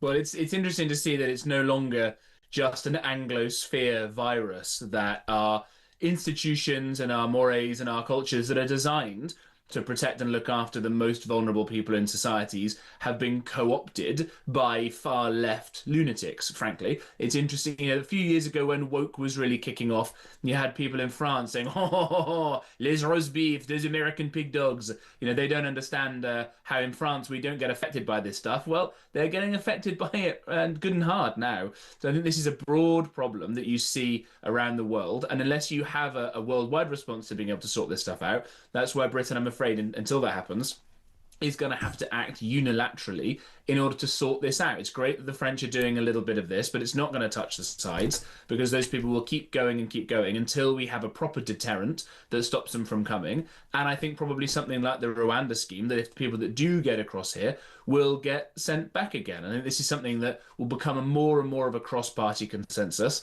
And let's remember that as we're now going into the summer months, the weather will be easier for people to cross over in small boats. So the numbers will rise, and the valence of this in the minds of the British public will go up and up and up. I can say this in a really... I can say this in a really wide-ranging way. This is not political, because it covers everything. I cannot believe this country, be it its institutions, its leaders, its political base, or just the general public, do not have it amongst us or them to make what to me is a really simple decision to deal with a problem that is undermining so many people's lives. I'm sick of the pontificating and the posturing and the platitudes. You talk about Rwanda, I've said it repeatedly on this show. I would have a liner in the Channel, I'd have the Navy. Nobody would set foot in this country unless they had the correct paperwork. They would be sent to detention centres. I'm not getting into a debate about where they are today, but they would be detention centres that would send a very strong message, which would say,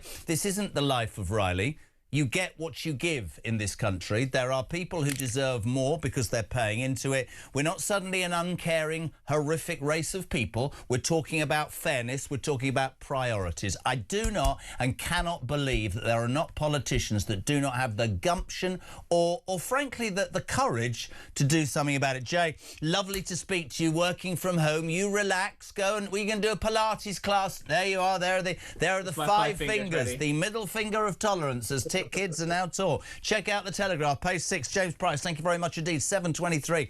You're waking up to, well, it's a strange day. You will know, obviously, those polls you heard in the news have opened. The local elections across the United Kingdom, Scotland and Wales. We cannot, as a responsible broadcaster, get involved in any political stories today, any polling or anything to do with those elections.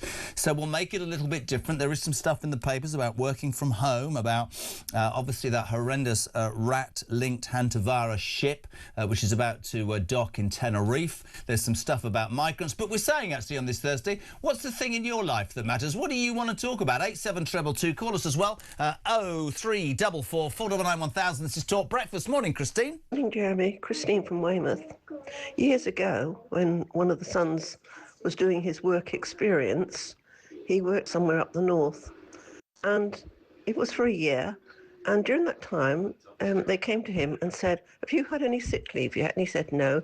"Oh, you better have some sick leave. You can have up to 30 days a year. So start having some sick leave, please." That was then. It's even worse now.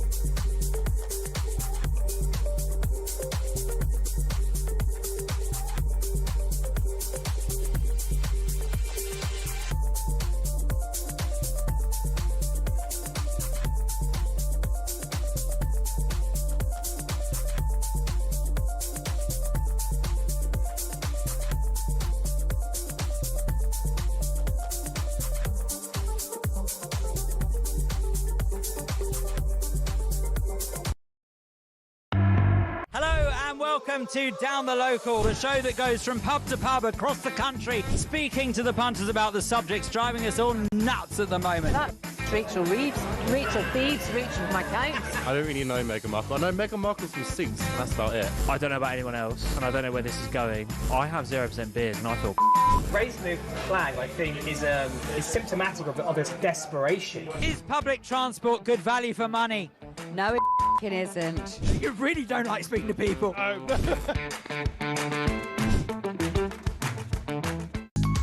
On DAB+, on your smart speaker, on your smart TV, and on your side.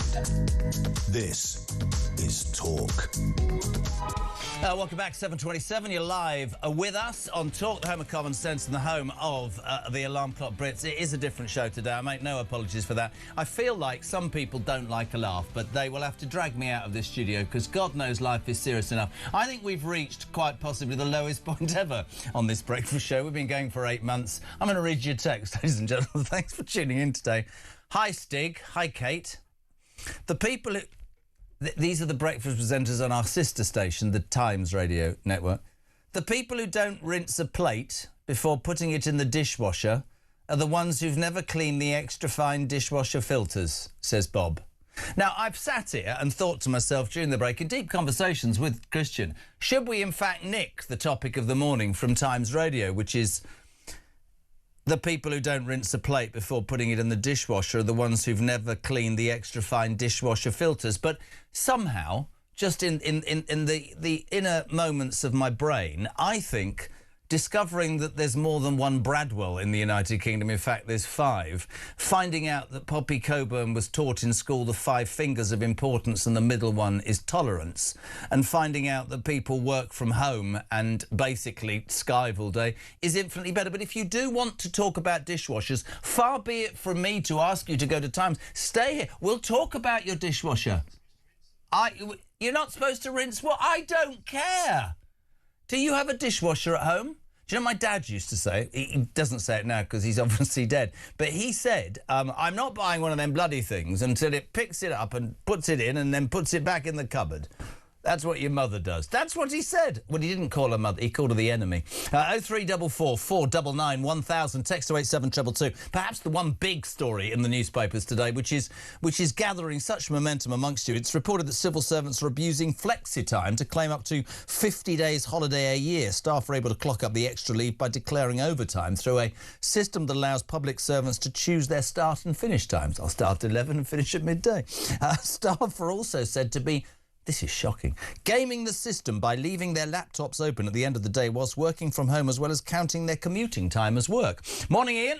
Morning, Joe. It's a great show. I got sacked from working from home. I'm a driver. It's my job to pick people up and take them to various airports like Heathrow. So I downloaded myself an app. I called up the people on Teams, told them how I'd be getting them to the airport. Drove quite merrily on the app all the way up the M3, ran the M25 to Heathrow, got there virtually, only to find out next day that I got the sack because my passengers hadn't gone anywhere. You know, it doesn't work for everyone. I'm even more confused than I was now. Alex says, I work from home, and Jezza, I literally don't stop. I start from 8 and finish at 5. I take half an hour from lunch. For me, on the rare occasions I do try to get to work, the trains are either cancelled or I'm late. People spend hours nattering in the office, an hour and a half for lunch. It costs me £7 for a sandwich, £35 on travel, and I end up with a headache. But listen, I'm not saying, Alex, and it's not for me to say. I'm sure there are plenty of people. I have a friend, Dan, who works from home, and I do have a friend, just one. And you have to be, I'm sure, very dedicated and very responsible and lay out your day. But there is also proof, is there not, that people are abusing a system that seems to have, I think, gathered real traction since COVID. And my point in all of this morning is I would miss the interaction. I'd miss the banter. You're not allowed to banter, though, are you, to be honest, because that'll upset somebody. How intolerant of me. There we go. But it's true. I think, but everybody's got different... Just finally, Michael in Birchington in Kent. Good morning, JK. When I was in the RAF back in the 60s, I worked with civilian staff who were technical officers and civil servants. I overheard a conversation between two of them once who were talking about holidays. One said that he still had 2 more sick days to take. I thought this was wrong and an abuse of the system. At the time, working from home was not even a thing. Roger in Wales says working from home should be as simple as if production improves, it continues. If it declines, it stops. And there are people who will say that it can be better. Let's move tack now. Please keep coming on and giving us those messages about working from home. You can talk about that horrible rat-linked Hantaverra ship, which is 3 people already died, 2 Brits isolating already. People are panicking. It's about to board in Tenerife. You might want to talk about the migrant footage we showed this morning in France. Finally, the gendarmes have sort of slashed a boat and said, you can't do that, it's dangerous. There's the footage, if you're watching. Slash the boat. Migrants have got to come back. That was all going well until the French human rights watchdog has decided that they're going to sue all those people that dared to do that because it's taken away the rights of people to sit in a dinghy and come across the channel to the United Kingdom. 0344 499 1000. Let's change tack now. The situation in the Middle East is something that, for I think many of us, it's a daily a source of confusion. We're delighted to be joined now by former senior military intelligence officer, well known on the station, and a great voice, Philip Ingram, MBE. A very good morning to you, sir. Morning, JK, and I am working from home, and I did get up at sort of 6:45 to make sure I was ready for you this morning. I feel like you're having to defend it. Did you know? Let me throw some other things at you. Did you know that we had a text earlier, Philip, from a man in Bradwell? I asked where Bradwell was. There are 5 bloody Bradwells in the United Kingdom. Well, you learn something new every day. But when it comes to dishwashers, I do find it quite therapeutic cleaning out the fine filter in the dishwasher. There you go. Oh, my God. I've heard it all now. Am I going to have to change tack to the Times Radio morning subject of dishwashers? Yeah, well, maybe. Listen, you're on to talk about the situation in the Middle East. We love your involvement. Thank you, Philip. I'm going to be really straight with you. I'm not a military expert. I've listened to people say that, Trump needed to do this because of the nuclear threat. I've heard other people say, come on, successive administrations have never dared take on the Iranians. The mad mullahs that we know have caused horrific death across the world with their support of terrorist proxies. But actually, overnight, I'm reading that he is set to agree a deal that will lift US sanctions on Iran, free billions and unlock uranium enrichment in what can only be described, Philip, as an Obama-style peace proposal, which begs the question, what the hell have the last 68 days been about then? Well, yes, exactly. Donald Trump is trying to get an off-ramp to get away from it. And what we're hearing, and we're not hearing, we'll not be privy to everything that's being discussed, but what we're hearing suggests that we're going to get back to the old Joint Comprehensive Plan of Action, or JCPOA, that Obama deal that you were talking about that Trump voided in 2018. But that's when that's with regard to nuclear enrichment. Iran at the moment has got over 440 kilograms of 60% enriched uranium sitting there. That's only can be used for weapons grade because you only need uranium enriched to 3.67% for peaceful power production. And this is where they're negotiating at the moment. It's interesting to me, though. I mean, the cynics overnight are saying that Donald Trump wants this to finish at all costs before the midterms. Did nobody... You're a military man. Did nobody sit him down and go, oi, Donald, listen, the Straits of Hormuz is going to mess you up. It's not possible. Did nobody have that discussion, do you think? Oh, those military commanders will have done. You just have to look at the number of military commanders that have retired or moved on at very short notice. So I'm sure those conversations did happen. But you have to remember that the military isn't an organisation that does stuff by itself. Yeah. It is led by its politicians. And therefore, Donald Trump made his own mind up. Now, when it comes to justifying this, at some stage, America was going to have to do something about Iran. Because in the 12 months before America and Israel attacked Iran, the Americans had been attacked by the Iranians directly or through their proxies 140 times. So just imagine you standing in a boxing ring and someone hitting you 140 times before you respond. I think most people would respond earlier. So, and Iran has been attacking us for over years. When I was in Iraq 2005, 2006, I lost 13 British personnel, 13 of my colleagues, down directly to weapons that had been supplied by Iran. So, they're not these nice people. They were going to get... and I think there has... And I'm so with you, Philip, and I think that somehow, with all the confusion, that's probably the wrong word, but with people not really knowing what's going to happen and Trump almost on a daily basis changing tack as this war has sort of unfolded, I'm at pains every day to say, let's not forget that those mad mullahs in Tehran have financed, whether it's Hamas or Hezbollah or the Houthi rebels in the Red Sea. This collection, this ideology of people have been, casting their terrorist net across the world for far too long. And so there's a part of me that thinks, I agree, Donald Trump, and you're the sort of man who finally would have the cojones to do something about it. But it's not... it's almost, if you like, played into the hands of the do-gooders and the naysayers who have said, oh, no, we must never do that. We might want to, but it would never work. It just seems, to me as an outsider, Philip, it's been rather badly thought out, to be honest. Well, it's been badly communicated, and this is where Iran is very good at exploiting what's going on in the communications world, in the information sphere, because Iran has been behind a lot of the support for Palestine after Israel's attack on Gaza and dealing with the threat that's coming there. So we've lost the information environment, and that's the trouble. We're working with that, and it's very, very difficult to get it back again. The main driver, I think, for what's going on at the moment is Donald Trump going to China next week. Next Wednesday, he's in China. The Iranian Foreign Minister, Abbas Araghchi, has just been back from talks in China this week. And China gets about 40% of its oil and gas through the Strait of Hormuz. So they're the ones that are being hit hardest by what's going on. Are you surprised that Pakistan, I would love to ask you this actually, how come Pakistan finds itself as the sort of middle mediator between the United States of America and Iran?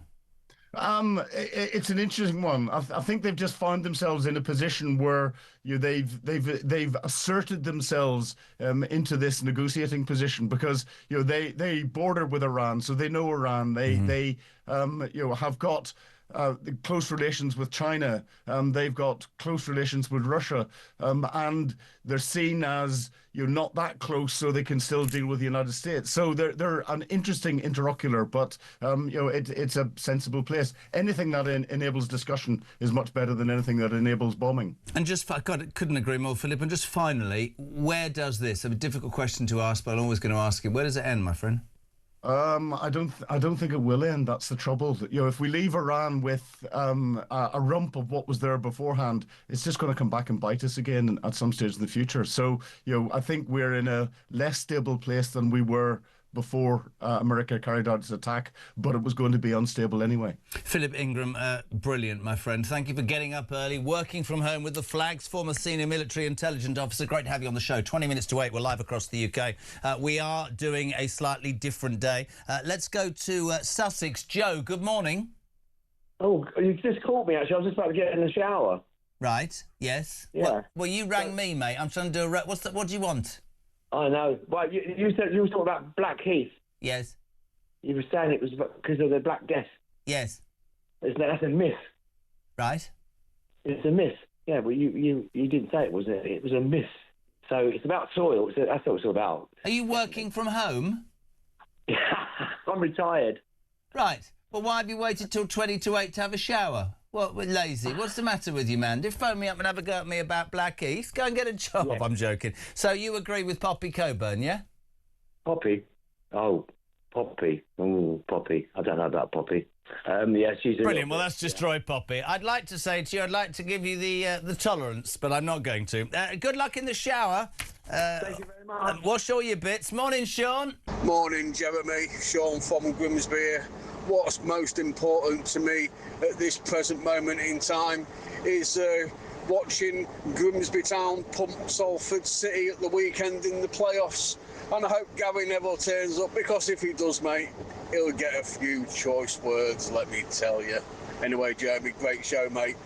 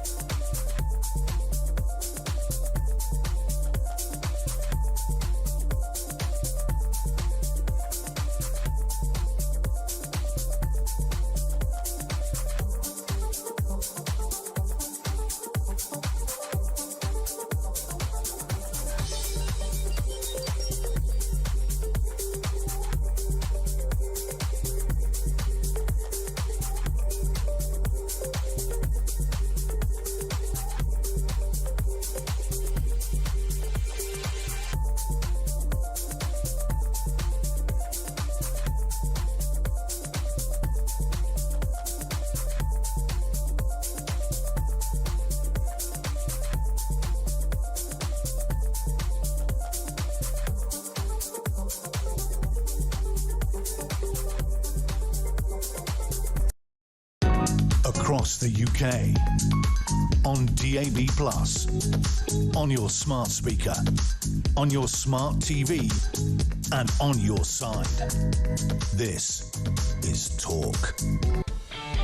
Oh, goodness me. Welcome back. What a programme this morning. You will know local elections, polls are open. We can't touch anything locally or nationally, politically. We've made it very different today. What are the topics that mattered to you? Some of the stuff in the paper that's interesting. More about that rat-linked Hantavera ship. It's docking in the weekend in Tenerife. 2 Brits isolating at home. People have died already. Most people are up in arms and worried about that.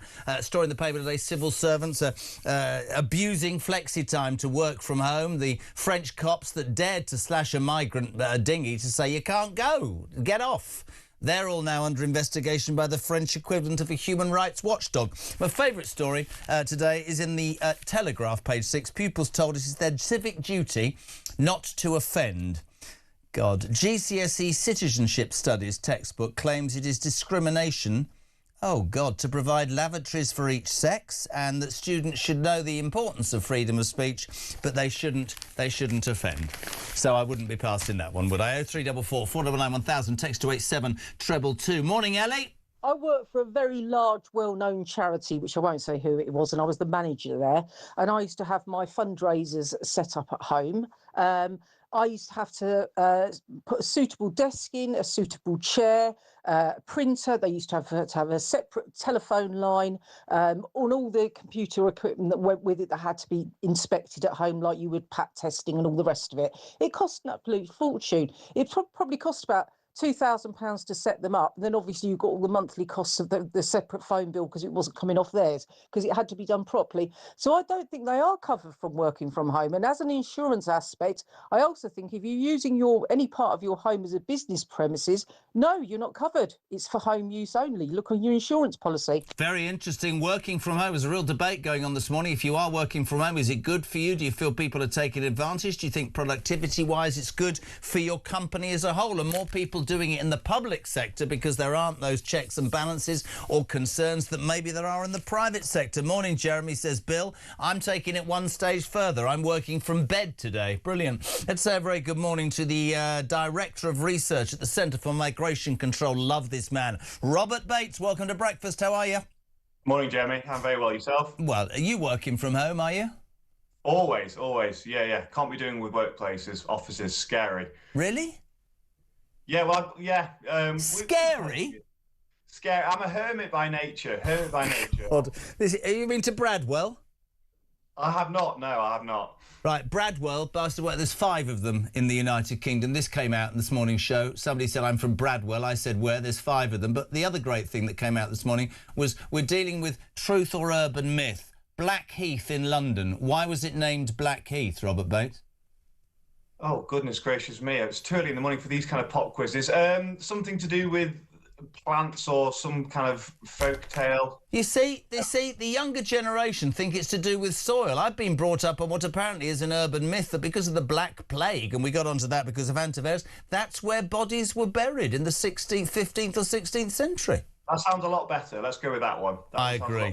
Mate, I wanted to get you on. There's some really, I'm going to say disturbing footage. I probably sound slightly cynical here. Footage overnight, which if you're watching on YouTube is on your screens right now, of French police slashing a migrant boat to stop them heading to the UK. Now, on the one hand, you've got the argument that we're spending £500 million a year and want to see action. On the other hand, I'm slightly cynical and I think, is this just for the television cameras? Is this an isolated incident? But what frightens me is on the basis of one boat being slashed and people being forced to come back to France, their country's human rights watchdog is now investigating those officers. And it leads you to ask this question, Robert. What bloody hope have we got, mate? What hope is there ever of dealing with this issue if there are so many forces against dealing with it in the first place?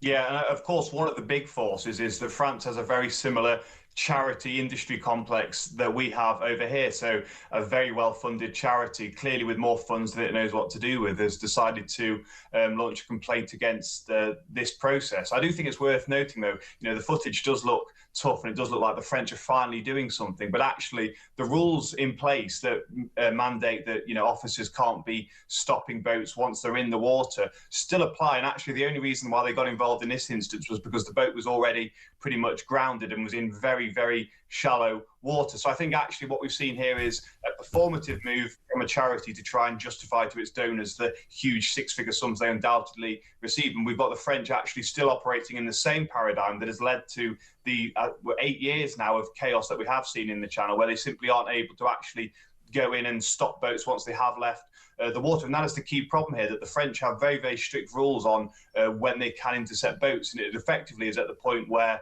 if it's in water, don't touch it. And what we're seeing is a developing tactic of boats sort of launching from much further up the coast as a taxi, sort of going parallel to the shoreline and then picking migrants up, knowing full well that because they're in the water, they're untouchable. And I just think actually France has got itself tied in so many knots and red tape, which French and Europeans clearly love to inflict on themselves, that actually it's having repercussions on us because they aren't going to be able to do anything whilst they still operate in that sense. And I think the important thing to realise here is the French aren't going to help us now. On the small boats crisis, 200,000 have crossed, for crying out loud. I think it's time to realise that any bilateral cooperation just simply isn't going to bear the fruit that we desperately need at this point. I'm probably really, really unfair when I say this, but I said it earlier to James Price. I can't work out how apparently the greatest political brains or people that are supposed to lead this country, maybe they're not great political brains, can't between them, whatever their political party, I'm not getting into that today for obvious reasons, right? But how we as a country cannot come up with some answer that doesn't have to involve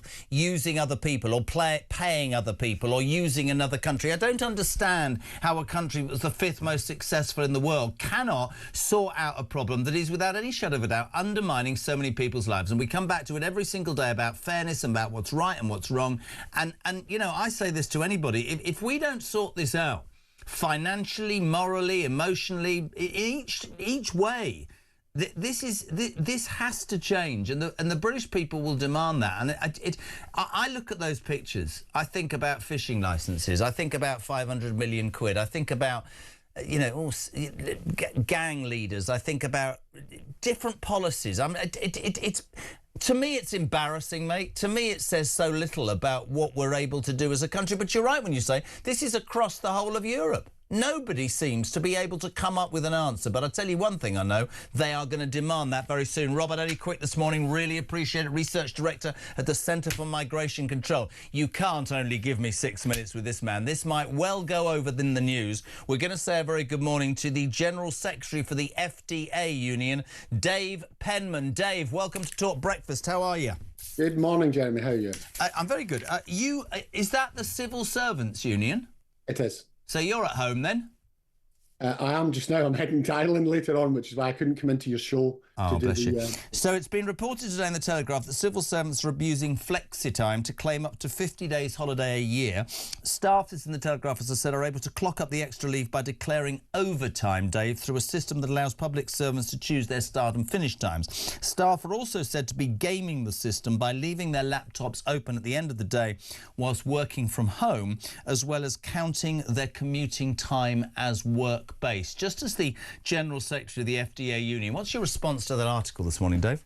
So, I mean, I don't know the instances that the article claims to report. I think in any organisation, you're going to get people to try and game the system. I started working 40 years ago when there was clocking in machines, and people would ask other people to clock in for them. You're always going to have people in big organisations, whether that's in the private or public sector, who kind of try and game the system. The flexi-time system that you're talking about works for employees, but also works for the taxpayer as well. It means that people can work extra hours when there are peak demands, so they don't get paid overtime. What they get is they get time off in lieu, and that's how the flexi-time system works. Operates across civil service, public sector, loads of private sector organisations. Do you think that the civil service, do you think your union members are giving the British taxpayer value for money by working from home in large droves? Absolutely. I mean, studies have shown, the departments have done this, evidence has been given to Parliament to show that there's no difference in productivity whether you're working from home or whether you are working in an office because you're working. Indeed, many people are working longer hours. That's what they tell us, because they're not commuting. So they're spending time, they're starting work earlier. They're working later in the evening because they don't have a long commute where they're unable to work. The nature of work is changing. A lot of what people do, not just in the public sector, but elsewhere, is based around a computer. But it would be, I'm not disagreeing, and it's great to have you on, but it would be fair to say, if you look at studies, that there is more working from home amongst the public sector, where whatever you say, you're not running your own business, you're not as answerable to a productivity line as other people. I mean, there's those great stories, aren't there, about Jacob Rees-Mogg when he was in power, going to the civil service offices in Downing Street and just leaving notes going, you know, I'll speak to you when you're in. Do you think it's... I know we live now in a different world, Dave, where it's all about, you know, doing right by people. But you're honestly telling me across the board, and yes, you're right, some will slip through any system. You're telling me that productivity means that the civil service is doing as well as it should do by working from home. Absolutely. If you look at the civil service now, many people working in the civil service will be part of a team that's based across the country. So there are people in Glasgow, in Darlington, in Manchester, all working together.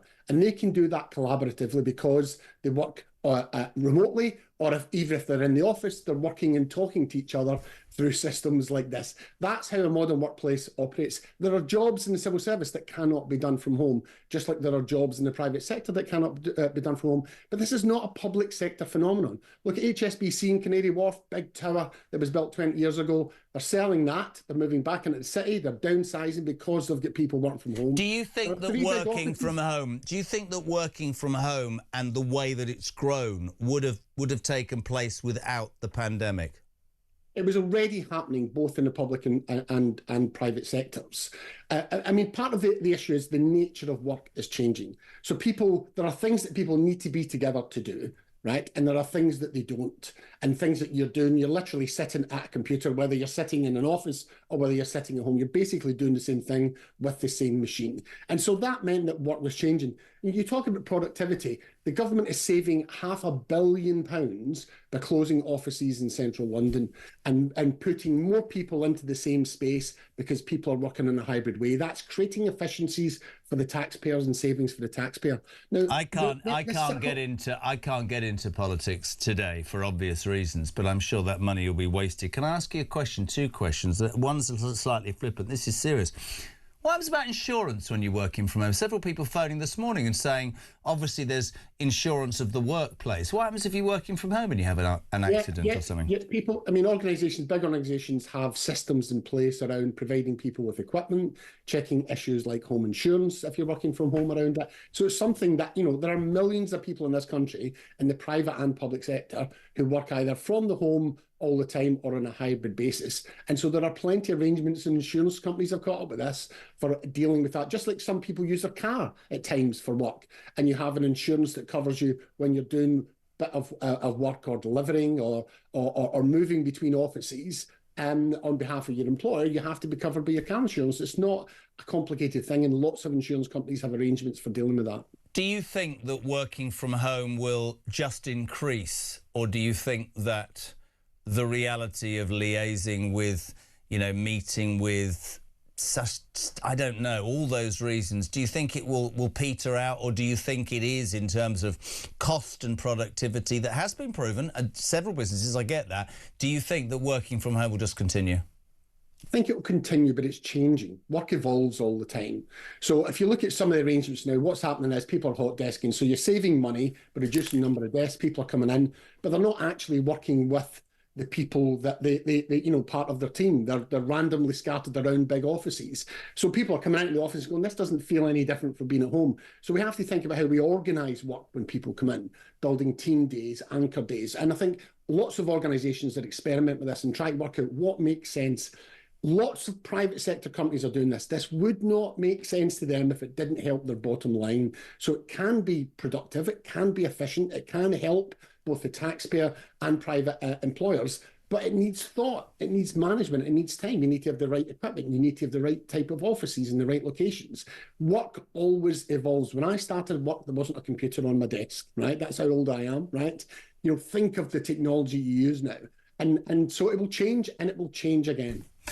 Listen, it's great. I've always said with this show it's important to have both sides. And Dave Penman, General Secretary for the FDA Union, really appreciate, before you shoot off to Ireland, your opinion on the working from home today. Thank you very much indeed. I'll just go to the news with this thought from Dan in Leek in Staffordshire. On working from home, if you get sick, who do you ring to say you won't be into work? Interesting. Talk breakfast.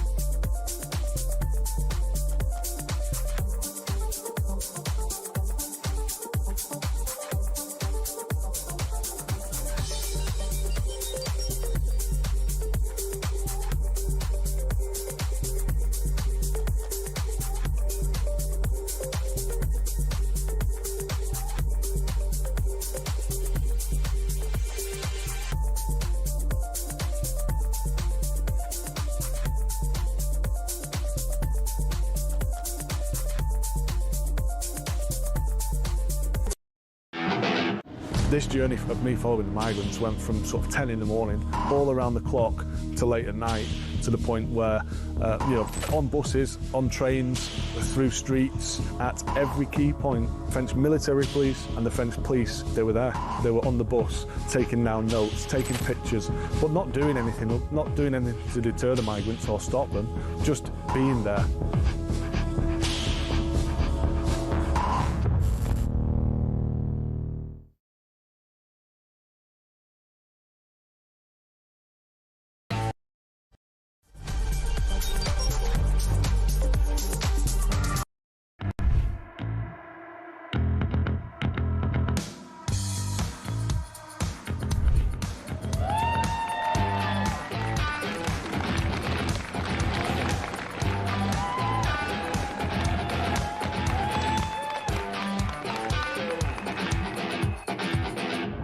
My fellow Americans, let me begin by congratulating the team at NASA and our brave astronauts on the successful launch of Artemis 2. It was quite something.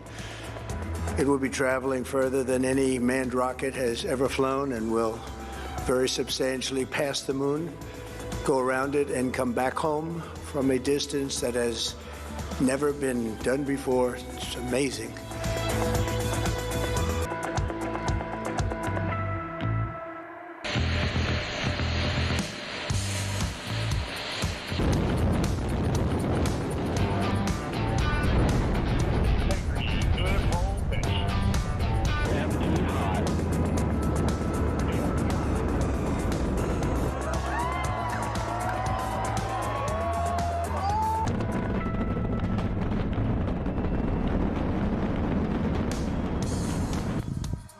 Due to that suit being pressurized and expanded, as well as the umbilicals being connected. We are now falling to the moon rather than rising away from Earth.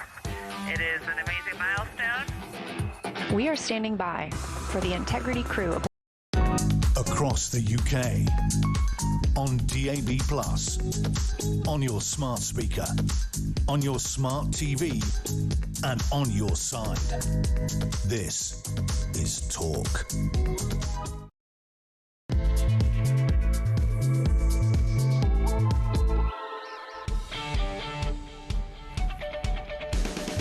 Welcome back or welcome along. Just gone 8 o'clock on Thursday, the 7th of May, 2026. This is Jeremy Carlin Talk, the home of common sense, and of course the home of the alarm clock. Brit, you'll know from the news that over an hour ago, the polls opened in the local elections across the UK, and so all broadcasting has specific rules.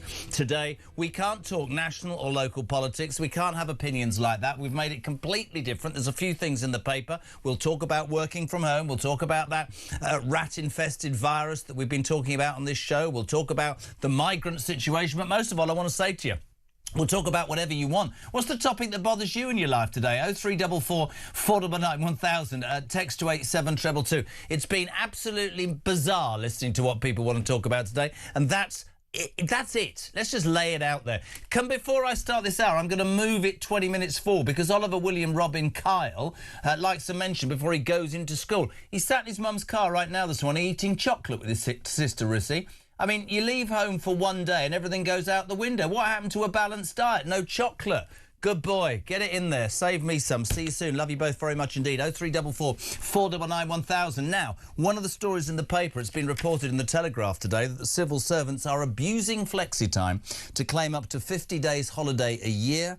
Staff are able to clock up extra leave by declaring overtime through a system that allows public servants to choose their start and finish times. Others are leaving their laptops on.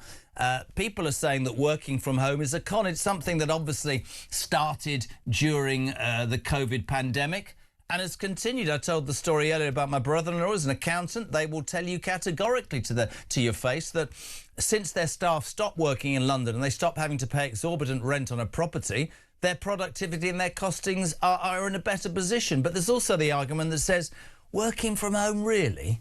I mean, are you putting in as much as you would do if you were in the office? And is it more prevalent in, let's say, the public sector? Because if you're running your own business, you're going to be working all hours that God gives. I tell you what, the response has been phenomenal. Good morning, Laura. Morning, Jeremy. Laura in Wiltshire.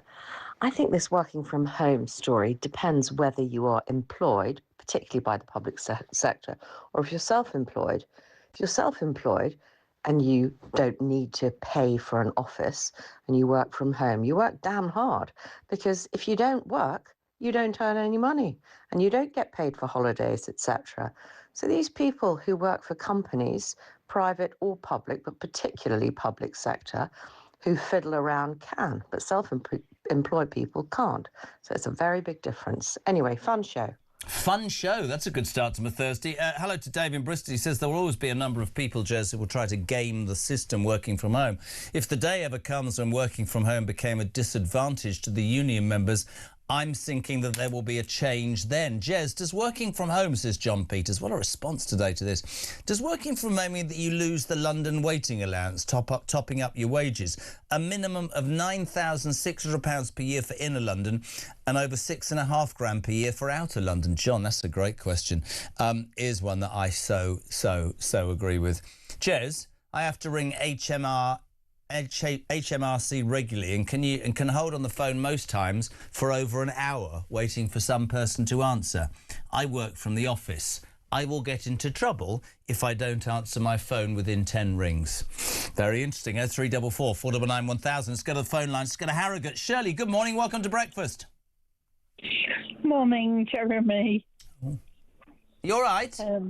Ringing about working from home. Right. I actually work for HMRC. Oh. Horror. I liked you to that point, Shirl. Oh, bless. Yes, I did work. I'm retired now. Oh. But I did work from home. And to be honest, during the coronavirus, it was really, really hard because we got swapped from one thing to something else, totally not what we were, trained to do. Right. But we did answer the phone constantly. What do you? I'm not having a go. What are you trying to say to me, Shell? You saying that it's hard to be working at the HMRC and answering the phones the whole time? Yeah. What I was ringing about was my my manager, who was a bit of a I'm not going to say what it was. No. But he's listened in to one of my phone calls. Oh. Didn't like it. Oh. Didn't like what I said, and tried to get me sacked. And you answered the phone from HMRC and nearly got sacked for answering the phone? Yeah. Wow. Thank you for your call, Shirley. I mean, I don't want to denigrate everybody that works at the HMRC because I'm sure many of them do a good job, but it would be absolutely true to say, from my point of view, my mother's dead and there's more chance of me getting through to her than when I tried to phone HMRC. But I mean, I'm not trying to upset Oliver in the car, Upper Sky and all that stuff, but the truth is there, OK? But people like Shirley are explaining that it's actually very difficult if you're at home. Well, I would... Shirley? Yes? Why do so many people who work at HMRC not answer the phone? Why does it take me an hour to even get through to anybody? Truthful question.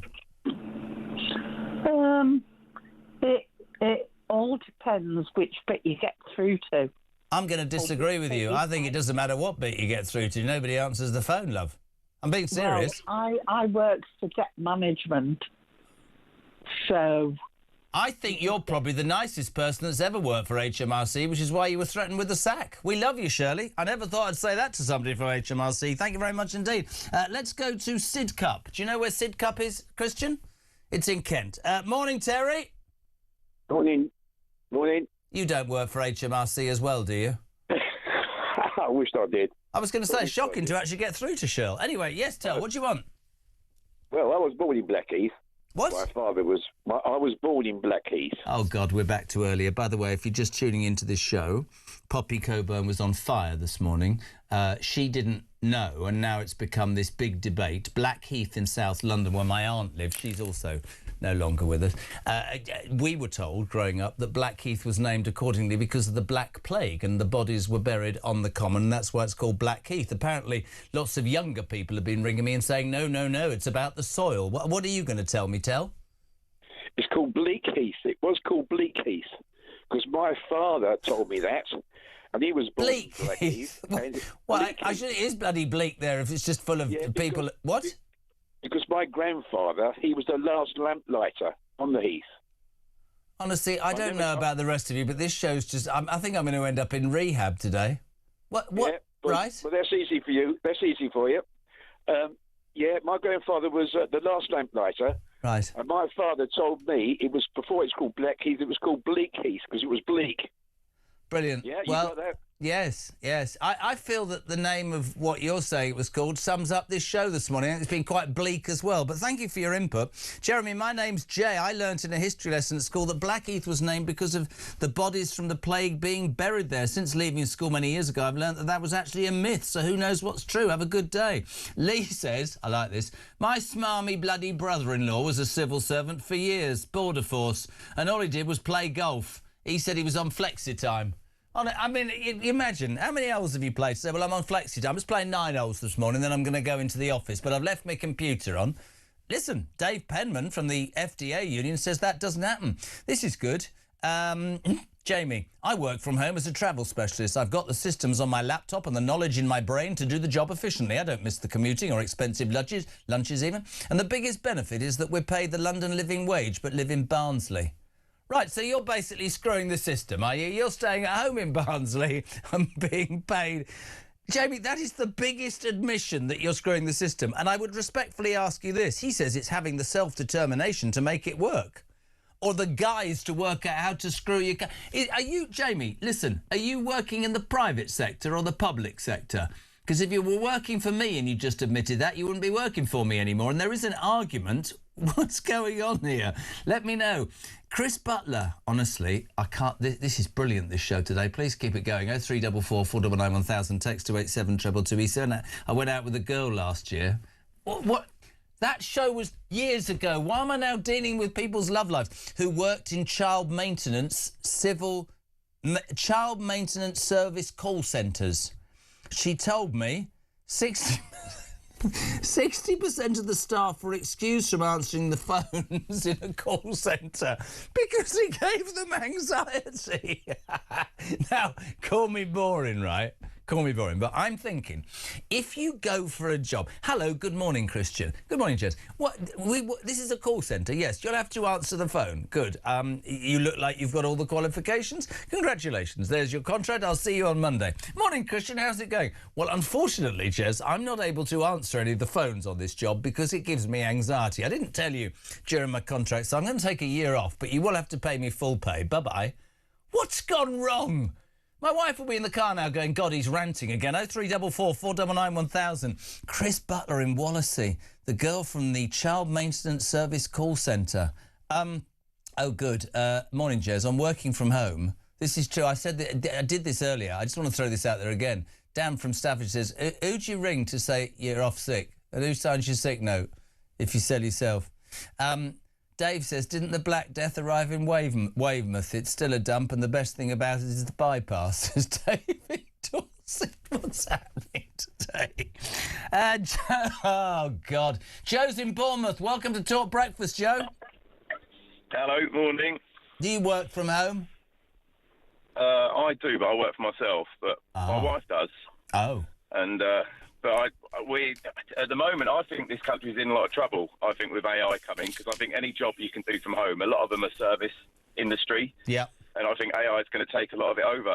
I think it's going to take over radio presenting as well. Do a bloody better job than we've done this morning. It's true, though. AI is very relevant, isn't it? It really is. And I know of some big financial services companies that are shedding huge amount of jobs. It's going on in the background now. And it's incredible the amount they're getting rid of.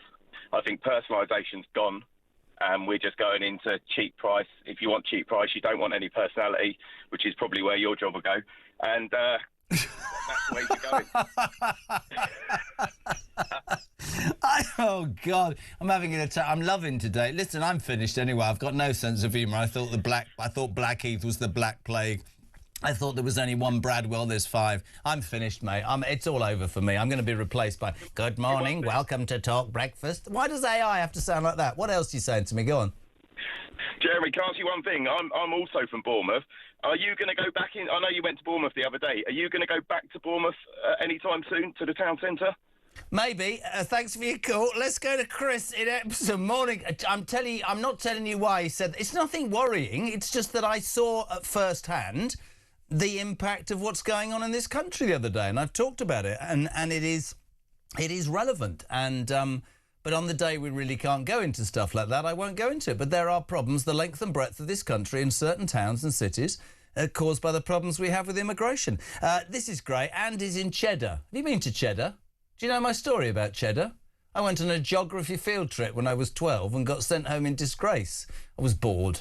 We were looking up this glaciated valley, Cheddar. My parents were disgusted by me. I was grounded for a week. Yes, near Wookey Hole, yes. Don't start about Wookey Hole. And the geography teacher was a very serious man. He was called... was he called? I don't know what he's called. I can't remember. He was that uninspiring. He wore brown corduroy trousers, which I always thought was quite interesting. Anyway, he obviously wasn't concentrating. And he said, look up the valley and tell me what you see, Kyle. Stop messing about. And I saw a sheep, so I said mint sauce. Just as a joke, and he sent me home, and my dad told me off. Actually, my dad wet himself, but anyway, that's another story, which he did a lot towards the end of his life. I can't do this show today. Andy and Cheddar, both my wife and myself work from home. This is interesting. The difference between the two of us is she's employed and I'm self-employed. I've never dared mention this to her, and I've changed my name. She seems to work half the day. I don't even stop for lunch. Maybe there's the issue. Let's go to Epsom. Chris, good morning. Welcome to Talk. Morning, Jezza. Morning, Oliver. Enjoy your chocolate. Dad, I miss coffee. Yes. Right. Just quick, two things. The rat, the hantavirus. This is the rat-linked hantavirus ship that will cruise, that will board in Tenerife at the weekend. 3, sadly, people are dying. 2 Brits, including an ex-police officer we've heard out today, are self-isolating at home in the UK. People are up in arms. Yeah, well, it's spread by powdered rat poo.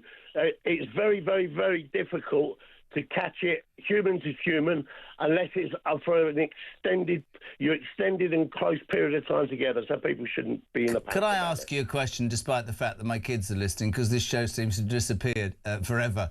Are you an expert, and if so, on rat poo? How have you become an expert on that?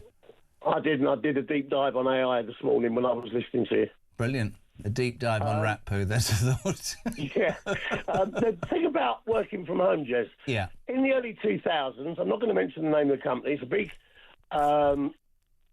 privately held company, in FTSE 500. We did a joint venture with them, and we employed over 100 new young mums who wanted to work, but they wanted to look after their babies. So we provided them with a computer, a telephone, and a broadband line at home.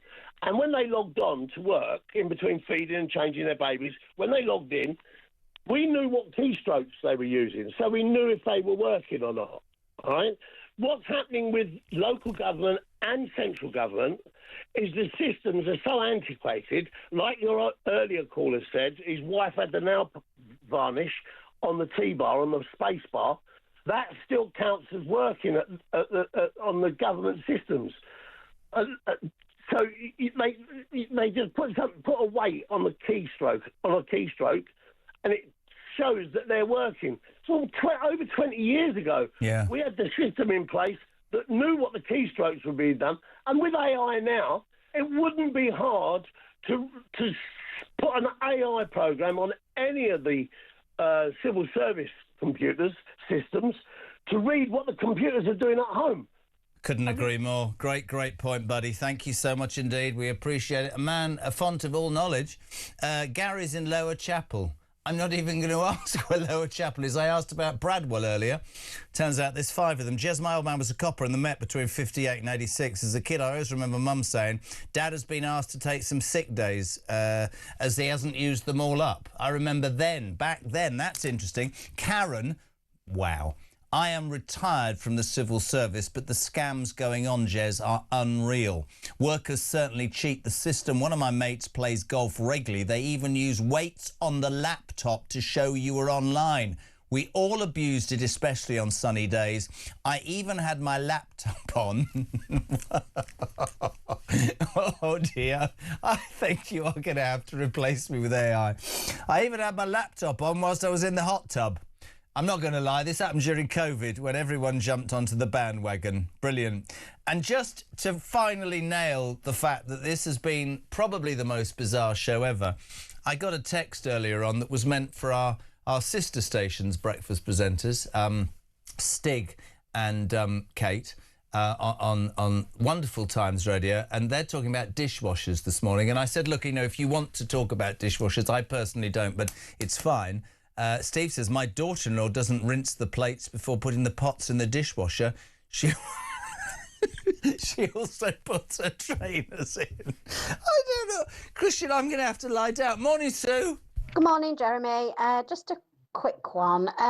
Regarding the migrants coming over on the small boats, or big boats, whatever you want to call them, I can't believe that. Do you know what we just need to say to that? Get the people that come over on these boats, start putting them on a remote island, probably in Scotland somewhere or wherever, I don't care where it is in this country, build a massive big detention centre. When they start coming over, the first lot that get thrown in a detention centre, we won't get any more coming, because you know what? We've taken away the incentives for them to come here. It's absolutely ridiculous. And as for these charities taking the people to court, the charities should be actually taken to court, because they're actually assisting in people smuggling and people dying on the channel. Anyway, thank you. Sue from Macclesfield.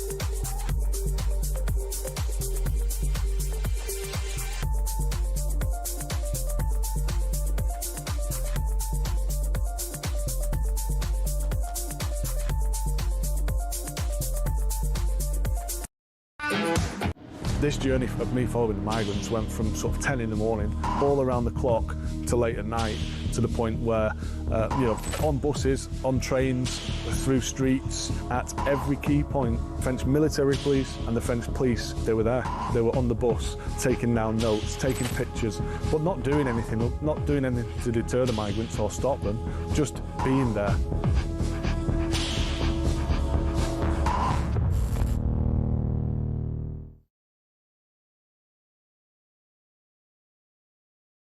Across the UK, on DAB+, on your smart speaker, on your smart TV, and on your side. This is Talk. Welcome back. Just gone 25 past 8. We're live across the United Kingdom. Jeremy Kyle on Talk, the home of common sense, the home of the alarm clock break. You will know, you'll have heard it in the news the last couple of hours. Local elections today. Thursday, May the 7th, opinion polls. The polls opened at 7 o'clock. We cannot and will not discuss anything politically, nationally or locally. That is a broadcasting rule. For obvious reasons, we'll talk about what happens when the results start to come through tonight from 10 o'clock and through tomorrow and the weekend and into next week. So we've sort of opened the show up today. What's the thing that bugs you in life? What do you want to talk about? In the newspapers, we've been talking about civil servants apparently abusing flexi time and working from home, and that's opened up a huge debate. We've talked about the rat-linked hantavirus ship that will board in Tenerife at the weekend. 3 people sadly already have died. 2 Brits at home self-isolating, and people obviously going, oh my God, what's happening? Is it COVID-like? Well, we reassure that isn't the case. We saw some footage, didn't we, earlier on from the French migrant police. Well, the French police basically finally on camera slashed a migrant boat to stop them heading to the UK. Let's not forget that we're giving the French 500 million quid for the privilege, right? As a result of that particular boat didn't sail. Those migrants didn't come here. Hurrah. Wait, what happened? The French human rights watchdog is now suing those police because they think that they've taken away illegal migrants' rights to do what they want. What about everybody else's rights? There's loads out there. And there's this great story in the Mail this morning. Pupils told it's their civic duty not to offend. Right? So part of what is it? Citizenship studies say freedom of speech is important, but don't say anything that will offend somebody. I knew I wouldn't be doing very good in exams. Thank you very much indeed. I'll give you those two. 0344 499 1000. You text to 87222. Jez, if you think you're having a bad day, aren't you all going to have a bad day in terms of what you talk about on the radio? Well, you see, you have to be creative. We're not allowed to talk politics. You've got to be creative. Open it up to the audience. Good morning, Jeremy. I used to work from home. Oh. Why did I make that noise? And hated it. It's so isolating. It cost a fortune to heat the house in the winter, and I had to drink my own crappy coffee. I also know people who work from home who've actually engineered systems to keep the mouse on their computer moving so they look like they're working, but they've gone out for the day to have a good time. I'm learning so much so you can make your mouse move like people who think you're at a meeting. Jeez. Morning, Jez. We had a... Right. I'm sorry. I just want to repeat this, OK? Oh, my God. Really? Right. An hour ago, I got a text that was meant for our sister station Times Radio, Stig and Kate. They're talking dishwashers today. That's their choice. I said, if you want to talk about dishwashers, we'll talk about dishwashers. Morning, Jeremy. We had a dishwasher over 10 years. Used it to the day we got it, then a couple of times after. Needless to say, we don't have one now. We've got a bowl in the sink. It works a treat, says Steve. Paul, near Bradwell. Don't start. Morning, Jez. I'm fishing overnight, so after my meal last night, I rinsed my plate in the lake, then washed it up. It saves having a dishwasher. Are people seriously? He washed his plate in the lake? Jezza, that's weird. My dishwasher has absolutely no filters. She's called Kim. Wow, says Chris in the southwest. Oh, I love this. I love you all. Jez, says Bruce, I haven't got a dishwasher. Do I need one? No. No, you don't. Tony, great first hour of the show. It's gone downhill since. I've been running around laughing at you and Poppy, and it's taken my mind off the fact that I'm going for an operation at 11:30. Oh, this is going in the opposite direction, isn't it? I work from home, but I'm not sure the van could drive itself, so I'll be taking it easy for a couple of weeks. I live in Newcastle under Lyme, and I'm about a mile away from the village of Bradwell. I don't know what to do with you lot anymore. 0344 499 1000. Text to 87222. We say a very good morning. Let's Let's try and bring a degree of maturity to it. We say good morning, the Sun's political editor, although he's got to actually not talk about politics. Jack Elsom, good morning. Good morning, Jeremy. I can't talk about dishwashers because I can barely work one, and my girlfriend it's her long frustration that I'm not very good at doing it. So we can't talk about dishwashers, but I'll tell you what we can talk about: sick days. Because my mother is very proud of the fact that when I was at school, I didn't take a single sick day off in all of my years. But the downside of that That's is because she didn't like you, that's why. But the problem is that it meant that I had no idea what something called the Jeremy Kyle Show was, when people used to come back after pulling their sick days and say that they'd spent the whole day sat on the sofa watching it. The duvet day. You know, it's a really interesting point about sick days, because you would have had to have had pneumonia in my house. I tried everything with my old girl, but there is a point, Jack, right? So years ago, it was a lot harder. This story this morning, and we had Dave Penham on from the union that represents civil servants, because they got a bashing in the Telegraph this morning. It's reported that civil servants are abusing flexi time to claim up to 50 days holiday a year. We're hearing stories of people working from home, fixing stuff on their laptops, Jack, right, to make sure people think they're in meetings whilst they're out playing golf. I don't know about you, and this probably sounds a bit old-fashioned, and you're not old-fashioned, but what happened to, like, desire and commitment and a work ethic and the need and desire to move on? That's what I don't understand it. People will say, oh, it's because of COVID, but it's lazy. It needs to be corrected, doesn't it?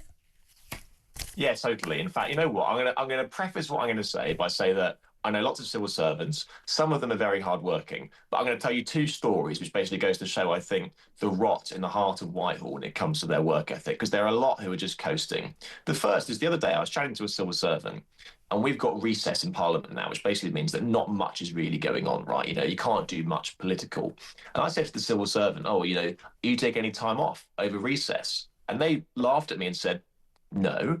Why would I take time off in recess? That's our quietest moment. I take time off when it's busy in Parliament and Whitehall, because that's when I can have a proper break, whereas recess is basically like a second break in itself, which I'm being paid for. No one takes time off in recess because actually it means that we don't have much going on anyway, so we can put our feet up and get paid for it. And that is that is a lot of the mentality. Last year, or maybe 2 years ago, I was asked to come into a certain government department to give a talk about sort of like dealing with the press and sort of what journalists do and how they can sort of like help with us.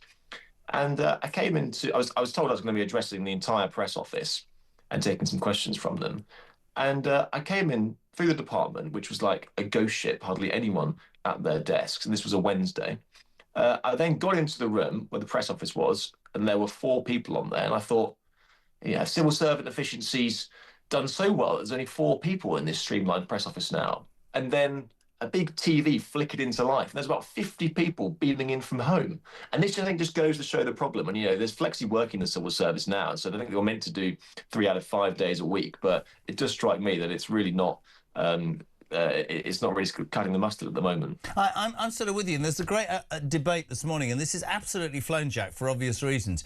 You know, you'll have people saying, look, I'm self-employed. We had a guy on saying, my wife's on flexi time. He said she has a 3-hour lunch break. I run my own business. It's completely different. I'm not giving you my name because she'd probably divorce me.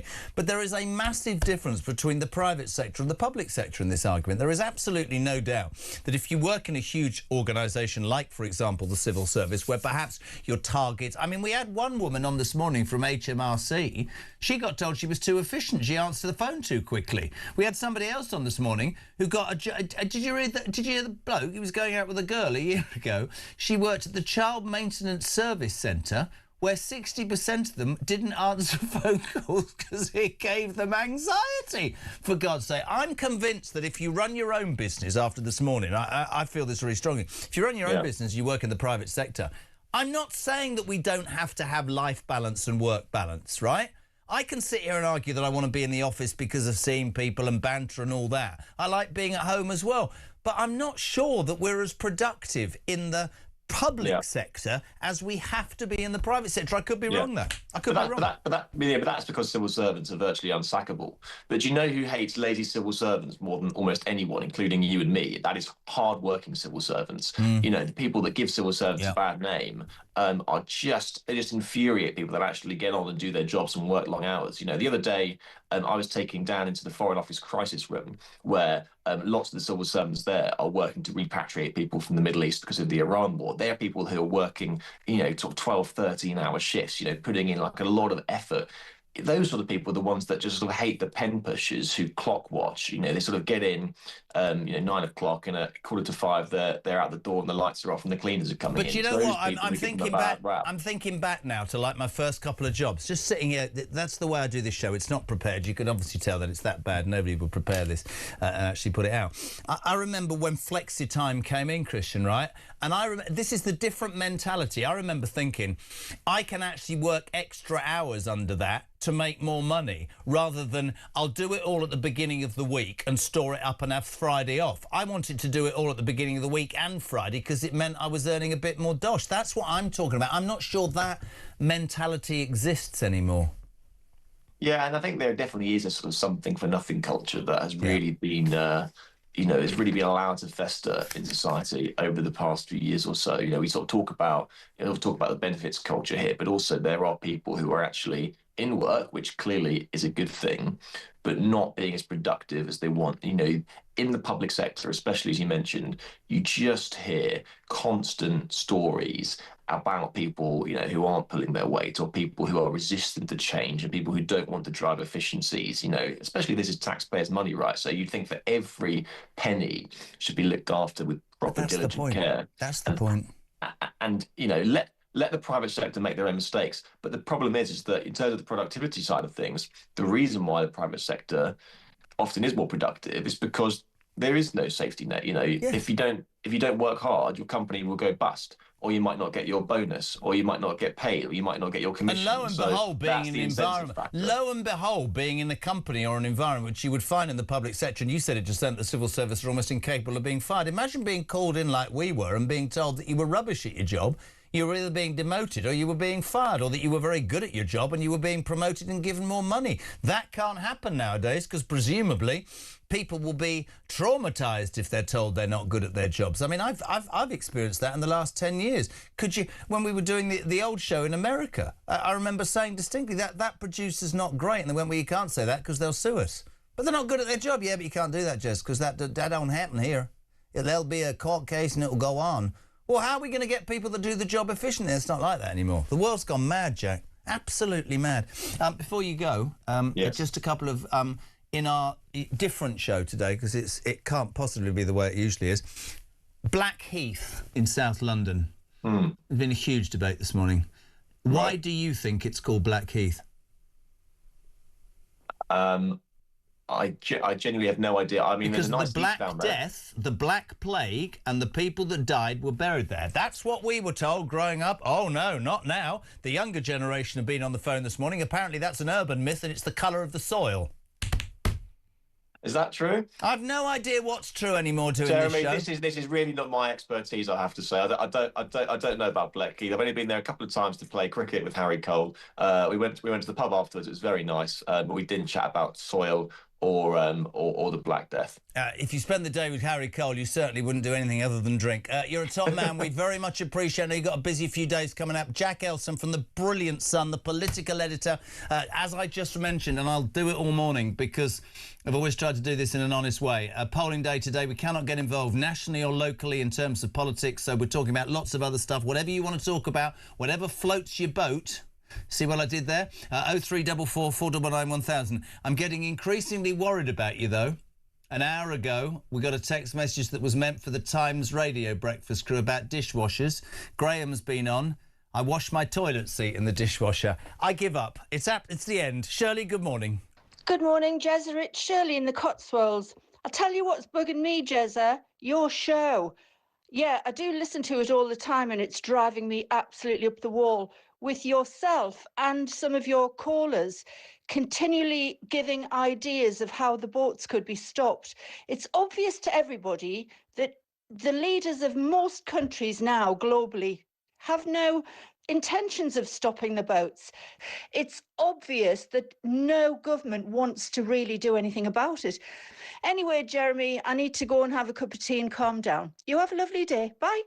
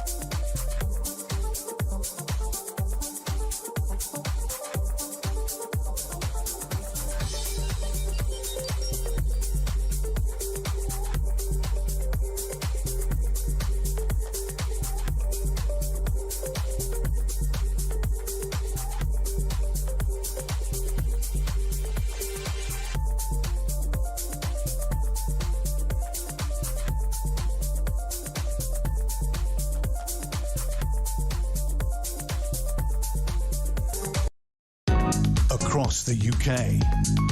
On DAB+, on your smart speaker, on your smart TV, and on your side. This is Talk.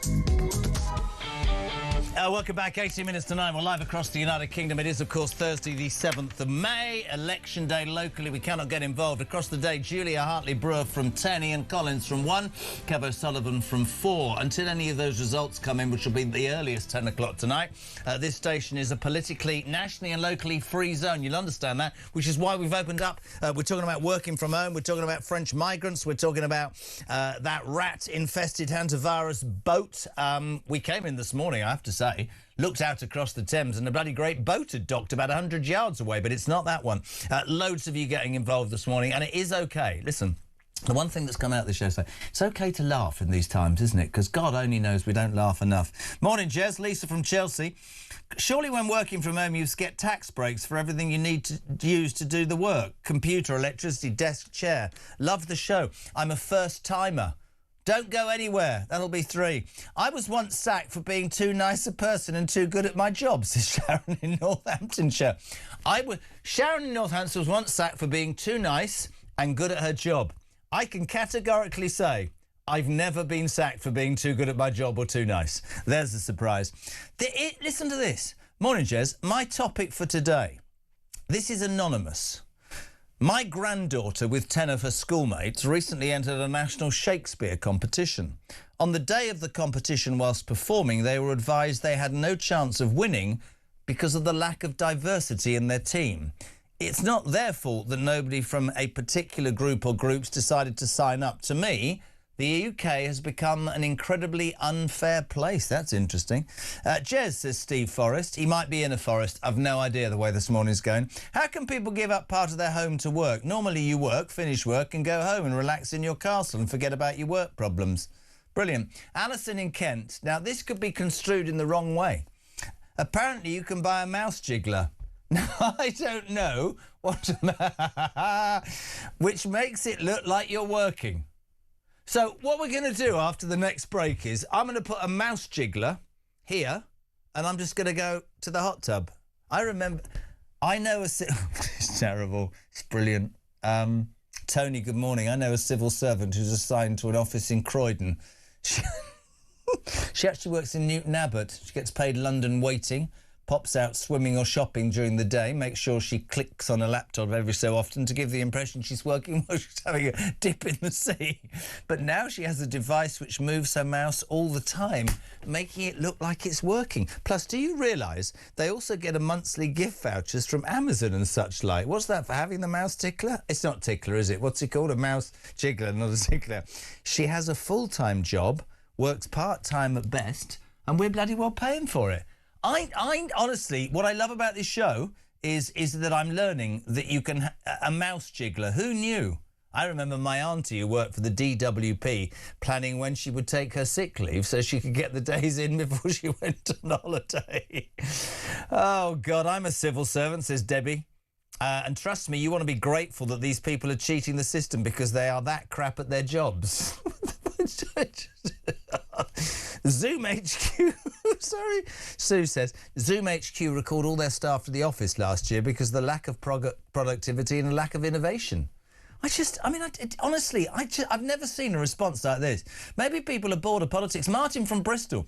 Whether in office or at home, you still have requirements to meet, results to get, figures to achieve. Also, people have managers to satisfy, whether at home or not. It's not a free-for-all.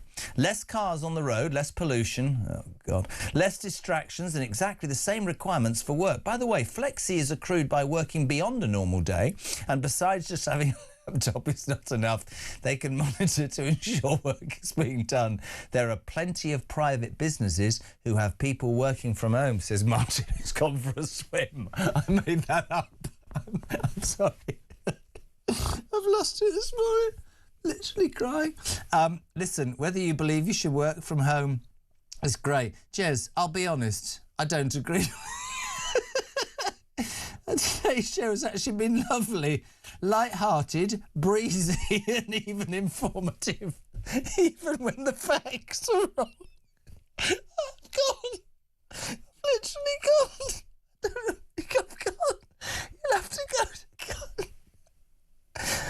Come on, Jez. Enjoy the peace while it's here, says Deborah in Essex.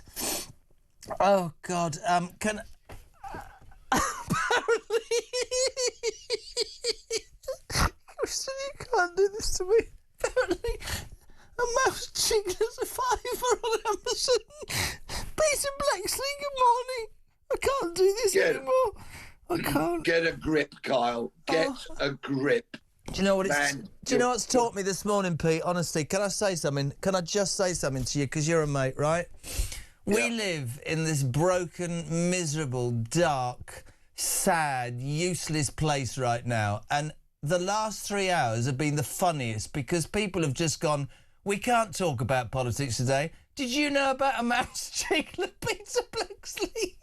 Yes, I'm fully aware of these devices that cheating, skiving, lazy, dreadfully raised people use to make out that they're working when they're actually not. Who raised these people? What kind of moral standards did they instill into them? It's absolutely appalling. But the trouble is, you see, in British society today, the D word has become a dirty word, and the D word is discipline. Yeah. Back in my day, if you were a young police officer and you phoned in sick, in all likelihood, the inspector would knock on your door to check that you weren't skiving. Oh, yes, home visits were a regular thing. They should be reintroduced so that those skiving civil servants who are down the swimming pool and the such like, or walking a dog when they should be working, they should get home visits, be exposed and be sacked. It's really interesting, though, and it's just been hysterical this morning. I mean, it's sort of split, Pete, but I think there's a real argument that sort of has held its course throughout the morning, which is there's a massive... I mean, people can talk about anxiety and they can talk about COVID and they can talk about productivity and the cost of rent in London and big offices and all that. But there seems to be a massive disparity, my friend, between the public sector and the private sector. And despite what that last text said about, it's really important to point out that, everybody has targets and whatever... The fact of the matter is, if you're running your own business, if you're working for a private business, I suspect the pressure to succeed, the pressure to deliver is far, far greater than somebody... I mean, you won't have been awake, but somebody rang earlier and said that he was going out with a girl who worked for the child maintenance office, day care centre, call centre, and 60% of them don't answer the phones because they find it causes anxiety for... How did that ever happen? It's absolutely pathetic. If they can't do their job, get rid of them. Let them go. That's the whole point. Dear Jack Elsom say you can't sack civil servants, Pete. They can't be sacked. They're unsackable. How did that work as well? Well, they must be. It's absolutely ludicrous. Either their union has got way too much power or the legislation is completely, utterly wrong. Either way, it needs looking at. I've worked from home a lot because, of course, I've written a number of books and plays, and I write those in my little office, the box bedroom at home. But I set myself a words target every day, 2,500 words. Yeah, and I will not come down for my tea until I've hit that target. All right, I get up to have a cup of coffee and have a break every hour or so, but I work, and I work diligently when I'm writing. And that's because of the way I've been raised, because of what my mum instilled into me. These people, who has raised them? I ask that question once again. It's utterly shameful that they have no moral fibre, no proper work ethic, and basically they're cheats, they're fraudsters. If you're getting paid and you're not working, you're a fraudster. There you go, you've got it. I just wanted to bring up something as well. You've talked about police and working from home. Have you seen that footage overnight? The French police finally came, and you look at his eyes have gone. French police finally last night slashed a migrant boat to stop about 30 people. You'll see the footage if you're watching right now on YouTube from heading to the UK. So about 5 officers with knives burst the boat, sort of 3 foot in water, and people had to run back to the shore. And that's the first time they seemingly have done that. Now, I'm quite cynical, Pete, because I'm sitting here thinking that's probably just a one-off for the television cameras. It's costing us 500 million quid a year. But perhaps the most shocking shocking part of this story is that overnight we've heard that the French Human Rights Council watchdog is going to investigate those officers for being so awful as to deny those illegal migrants their human rights right to go to England illegally, if that isn't too much of a mouthful. And in the last week, we've had 894 of those illegal migrants wash up on the shores of Britain, or actually been brought here after they've been taken from dinghies. I've got a plan. I've got a whole new revolutionary plan. We hear so much about human rights organisations, human rights lawyers, human rights cases in court. We're forever hearing about it. Well, with rights come responsibilities, in my view. So what I'm going to do is I'm going to set myself up as a human responsibilities lawyer, and I'm going to prosecute everybody who doesn't abide by their But you can't do that. You haven't practiced law unless you have from home.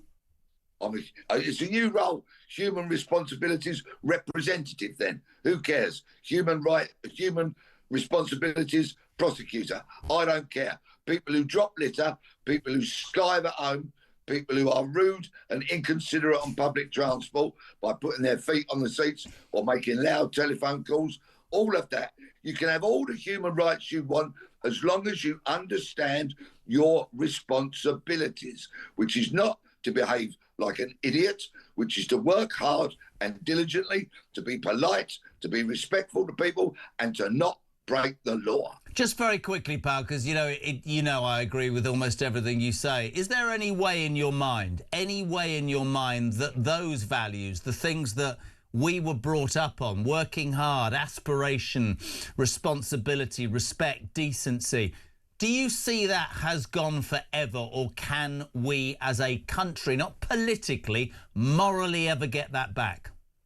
They haven't disappeared completely, of course, and albeit they are a silent majority, good people still outweigh bad people. But the balance, unfortunately, is swinging in the opposite direction. Of course, all of these wonderful things that made Britain the great world-leading nation that it used to be can be found again. But it starts in the schools, in the home, in the workplace. We need discipline, we need respect, we need manners, and we need consideration for your fellow human being. Couldn't agree more. Lovely to have you on, my friend. You've managed to completely stop me from laughing, but you're spot on. Peter Blexley, former Met Police detective, regular here on Talk, 5 to 9.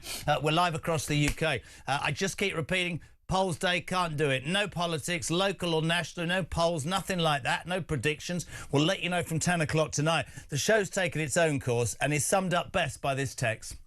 Hello, it's James here, live from Lara Beach in Turkey, bravely battling my personal holiday nightmares. German tourists wandering around with armpits like abandoned birds' nests, hotel toasters that turn bread from fresh to slightly warm and disappointing in 14 minutes, and sunbeds wobblier than a pensioner after 9 pints. Every morning is frankly a tactical military operation. Survive breakfast, secure a stable sunbed, and avoid seeing too much German underarm hair. Can I just say, says James, live from Lara Beach in Turkey. All-inclusive life for this week isn't what I thought it was going to be. It's almost 9 o'clock. We're live across the United Kingdom. Oh, my God, this is funny as anything. Jack Elsom said civil servants are working hard on repatriating Brits from the Middle East. I've never heard such a load of old rubbish. They're doing nothing. There's no updates, no help, no flights. Another happy and contented customer. I don't think I've laughed this much since I took my clothes off in front of a third wife. Right, listen, 0344 499 1000, text to 87222 in the final hour of the programme. God knows what will happen. Samara Gill will be here with an update on those 2 Brits self-isolating at home in the UK as the Brit ex-cop is among 3 evacuated from the rat virus-hit cruise ship. Julia is here from 10, but the news on Talk Breakfast is next at 9.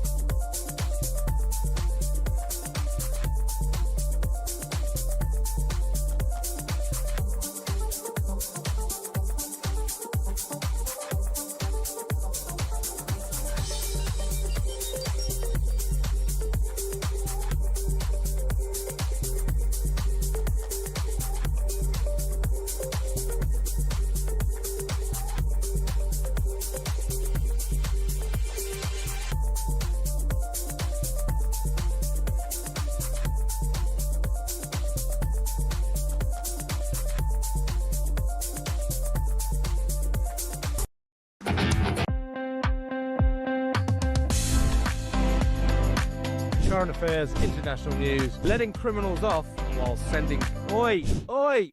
You shut up. I'm trying to record something.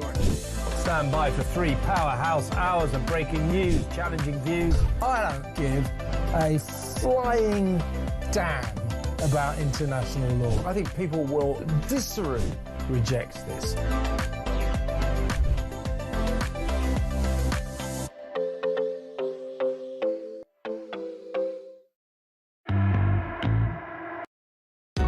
Across the UK, on DAB+, on your smart speaker, on your smart TV, and on your side. This is Talk.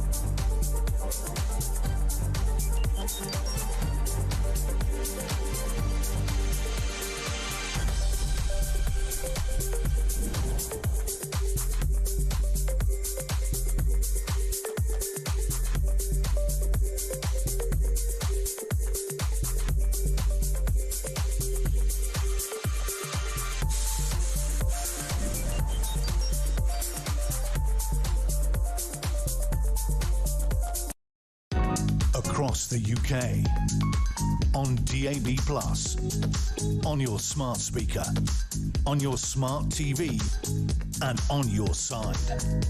This is Talk.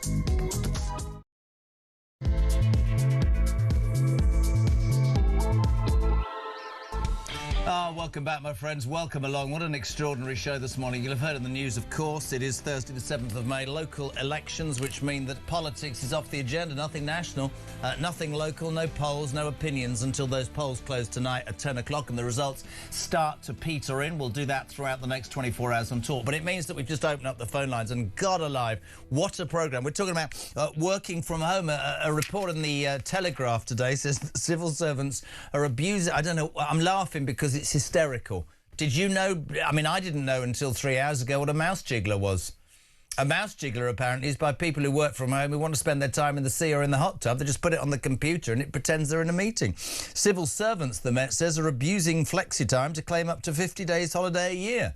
Staff are able to clock up the extra leave, I'm laughing again, I can't help it, by declaring overtime through a system that allows public servants to choose their start and finish times. Start 11, finish 12. Staff are also said to be gaming the system by leaving their laptops open at the end of the day whilst working from home, as well as including their time for commuting. Some of the stories are unbelievable. 87222. Start your message with the word talk. Chris says, recently...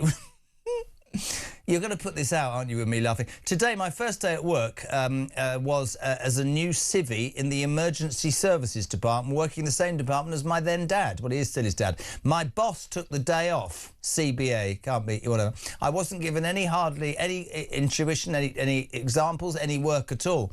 All week, I just sat there. I told my mum about it, and she said, your dad doesn't do anything.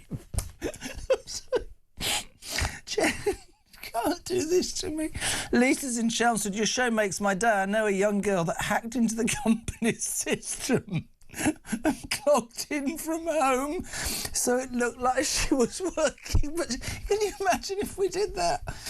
Oh, God, they're all going to say to me, oh, you laughed a bit today. Yes, I bloody did. David, this is going to send me over the edge. I was a lorry driver. Christian, stop it. I was sacked just before Christmas one year for delivering too quickly. The contractor I work for said, you're doing it too quickly, which means you're costing me money. What I'm paying you, I'm going to lose money. He thanked me for doing a great job and gave me my P45. Somebody's going to say, how can Jeremy Kyle laugh when somebody was fired? Because it's funny. Perhaps the funniest thing of all this morning, not Blackheath or Bradwell, is that we've had texts all morning that have been meant for Times Radio, who are just gushing dishwashers. And she says, I have a tabletop dishwasher, nice and compact, but it does the job. I don't care about your dishwasher. Stig and Kate, oh my Lord, 9:05, we're live across the UK. You won't get this laugh in the... Oh, God, right. 0344 499 1000. Let's get serious before I get taken out of here in a white coat. Not that anybody will turn up on time because they're all on flexi hours. Let's say a very good morning to a serious lady. Yes. Samara Gill is Talk's breakfast presenter. She's going to give you an update now on the two Brits self-isolating at home after the rat-linked hantavirus and that ship. Good morning, Samara Gill. Good morning. And don't worry, I'm only here from home for this hit, and then I'm actually going to Barclays. Have you got... Sorry, I've had one of the... I don't think I've laughed this much since, honestly. Yeah, I'm worried about you, JK. Have you got a mouse jiggler? Define mouse jiggler, and maybe I could tell you the answer. Well, a mouse jiggler, I've learnt this morning, is that people who work from home and they put their mouse jiggler on and it says they're in a meeting and they're in the sea or the hot tub. God, well, if I didn't show up to work, I wouldn't have any content to put out, and they very quickly find out that I'm not working. Before you tell me about the rat-infested ship, as you haven't been here since 6, it's been a bizarre morning. Blackheath in South London. Why is it named Blackheath? Please, pray tell. Because we were brought up to be told that the Black Plague, which links into your story that caused so many people to die thousands of years ago, all the bodies were buried under. But the younger generation have told me this morning that's an urban myth. It's because the soil's dark. Interesting. Wow, gosh, what a boring world it is without politics. And no, it's not. It's actually really interesting. And do you have a dishwasher? Because I've been getting messages all morning that have been meant for Times Radio, who have really, they've struck comedy gold. They're talking about dishwashers. Do you have a dishwasher? I do. I barely use it. Usually I just use one use. I don't do any wash. I don't think I've washed a dish in probably 5 years. She's that rich, ladies and gentlemen. She throws cutlery and plates away. That's the truth. Queen Samara throws away cutlery. Right, on a serious note, we had an extraordinary moment this morning when we came in, because when you come to Talk Towers today and you look out of the 17th floor, you'll see the Thames in all its glory. And this bloody great ship overnight has arrived and docked, and we were all going, oh, my God, it's the hantavirus ship. Tell us more about the latest, sweetheart. Well, yeah, no, I was thinking of actually doing my hit this morning from that ship, but I thought, gosh, it might rabble-rouse. People might get really stressed out. Look, I mean, the reason this story is cutting through is because it really taps into the post-COVID sort of fear that people haven't shaken off, this fear of a random outbreak somewhere far away. It can suddenly land on our doorstep overnight, and it kind of has, because you've got this luxury expedition cruise ship. It's called the HV Honduras. virus. It's carrying around 150 passengers, more than 20 countries. You've got British nationals tied up in there, and now 2 British passengers are self-isolating because they've got fears that they've been linked to the rat virus while on board. So as you mentioned earlier, you've got an ex-police officer.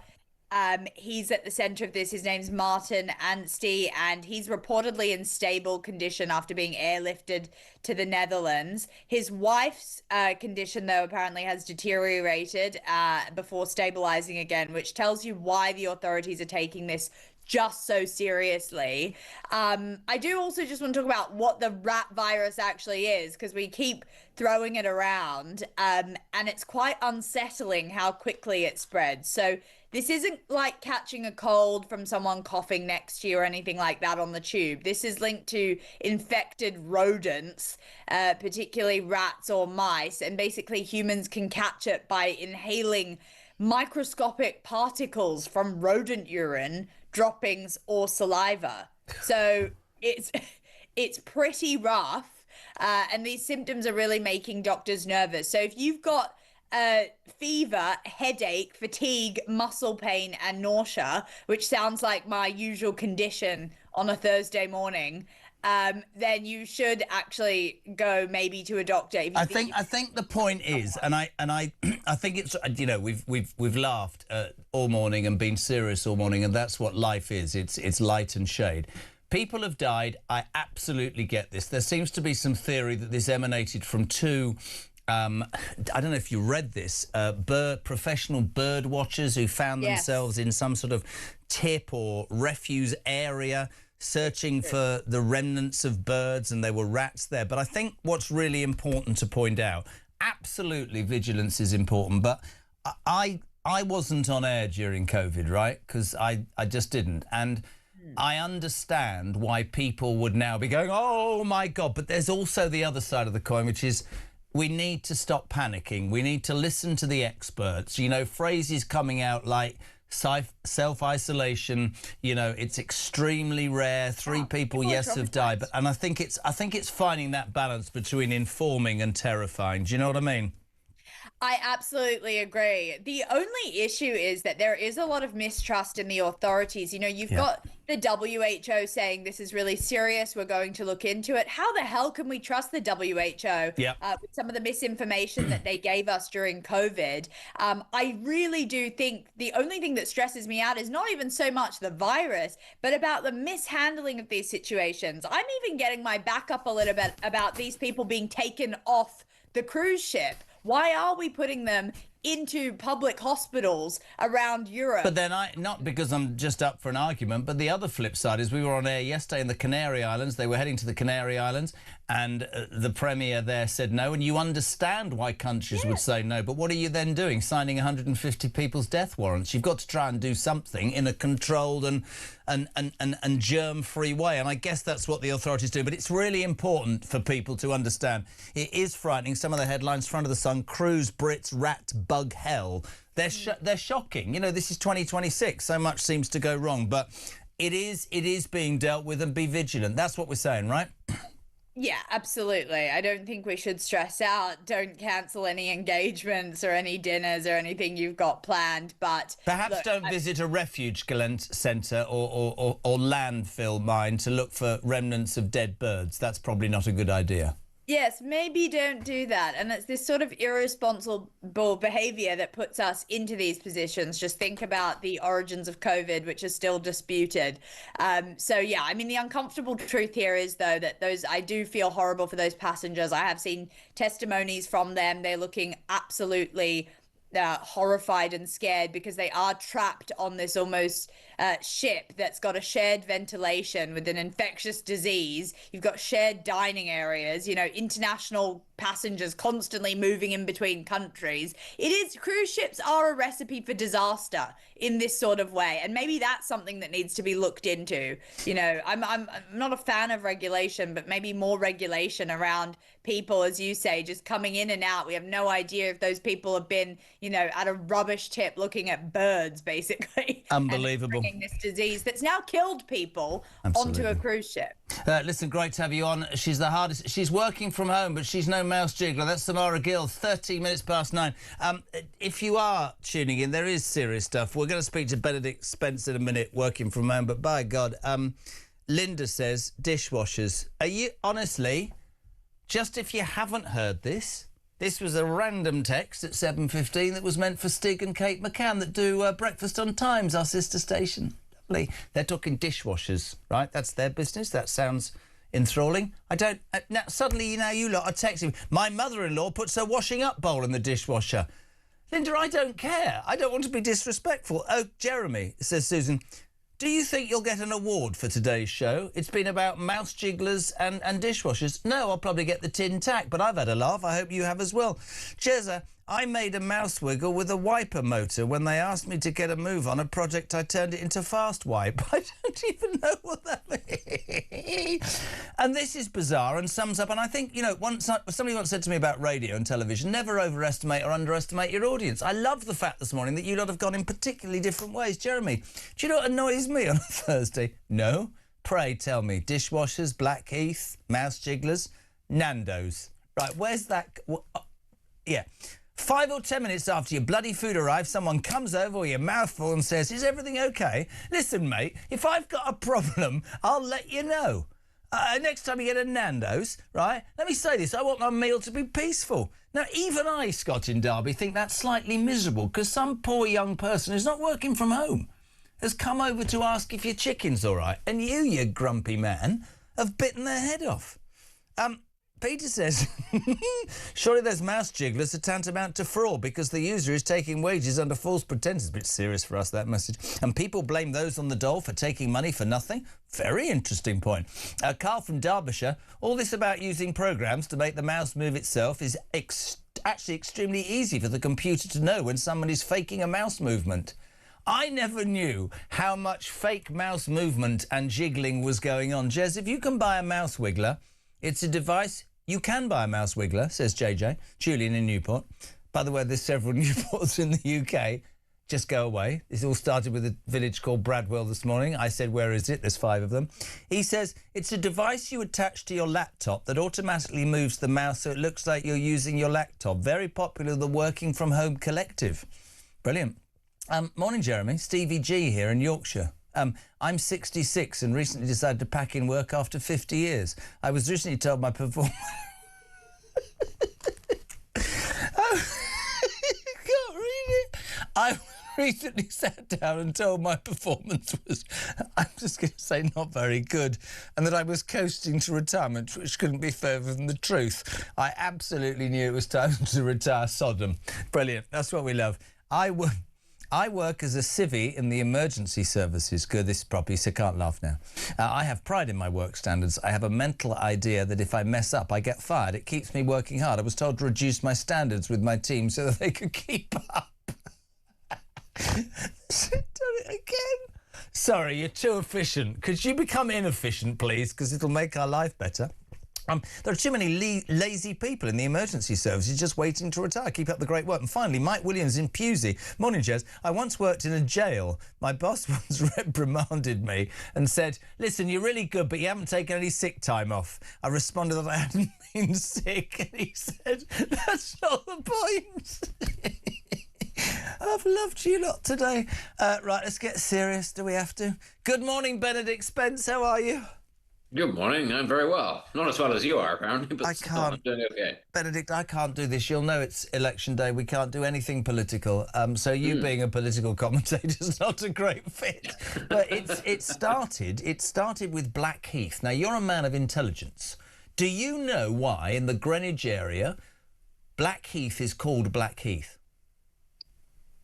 I do not immediately. I'm not a London native, so this is not the sort of thing that I would have been drilled into. We were all brought up to believe that after the Black Plague and wherever it was, the bodies were buried on Blackheath, and that's why it was called. But the younger generation have gone nuts on this show this morning. They said, you're wrong, that's an urban myth. It's because the soil is darker. It started with that, and then it sort of gradually spread from that madness to a dishwashing text message that was meant for Times Radio. Not that I care about people's dishwashers, and has landed full square square, Benedict Spence, on civil servants working from home, because there's a piece in the Express, no, it's not, the Telegraph this morning, that says that civil servants are abusing flexi time to claim up to 50 days holiday a year.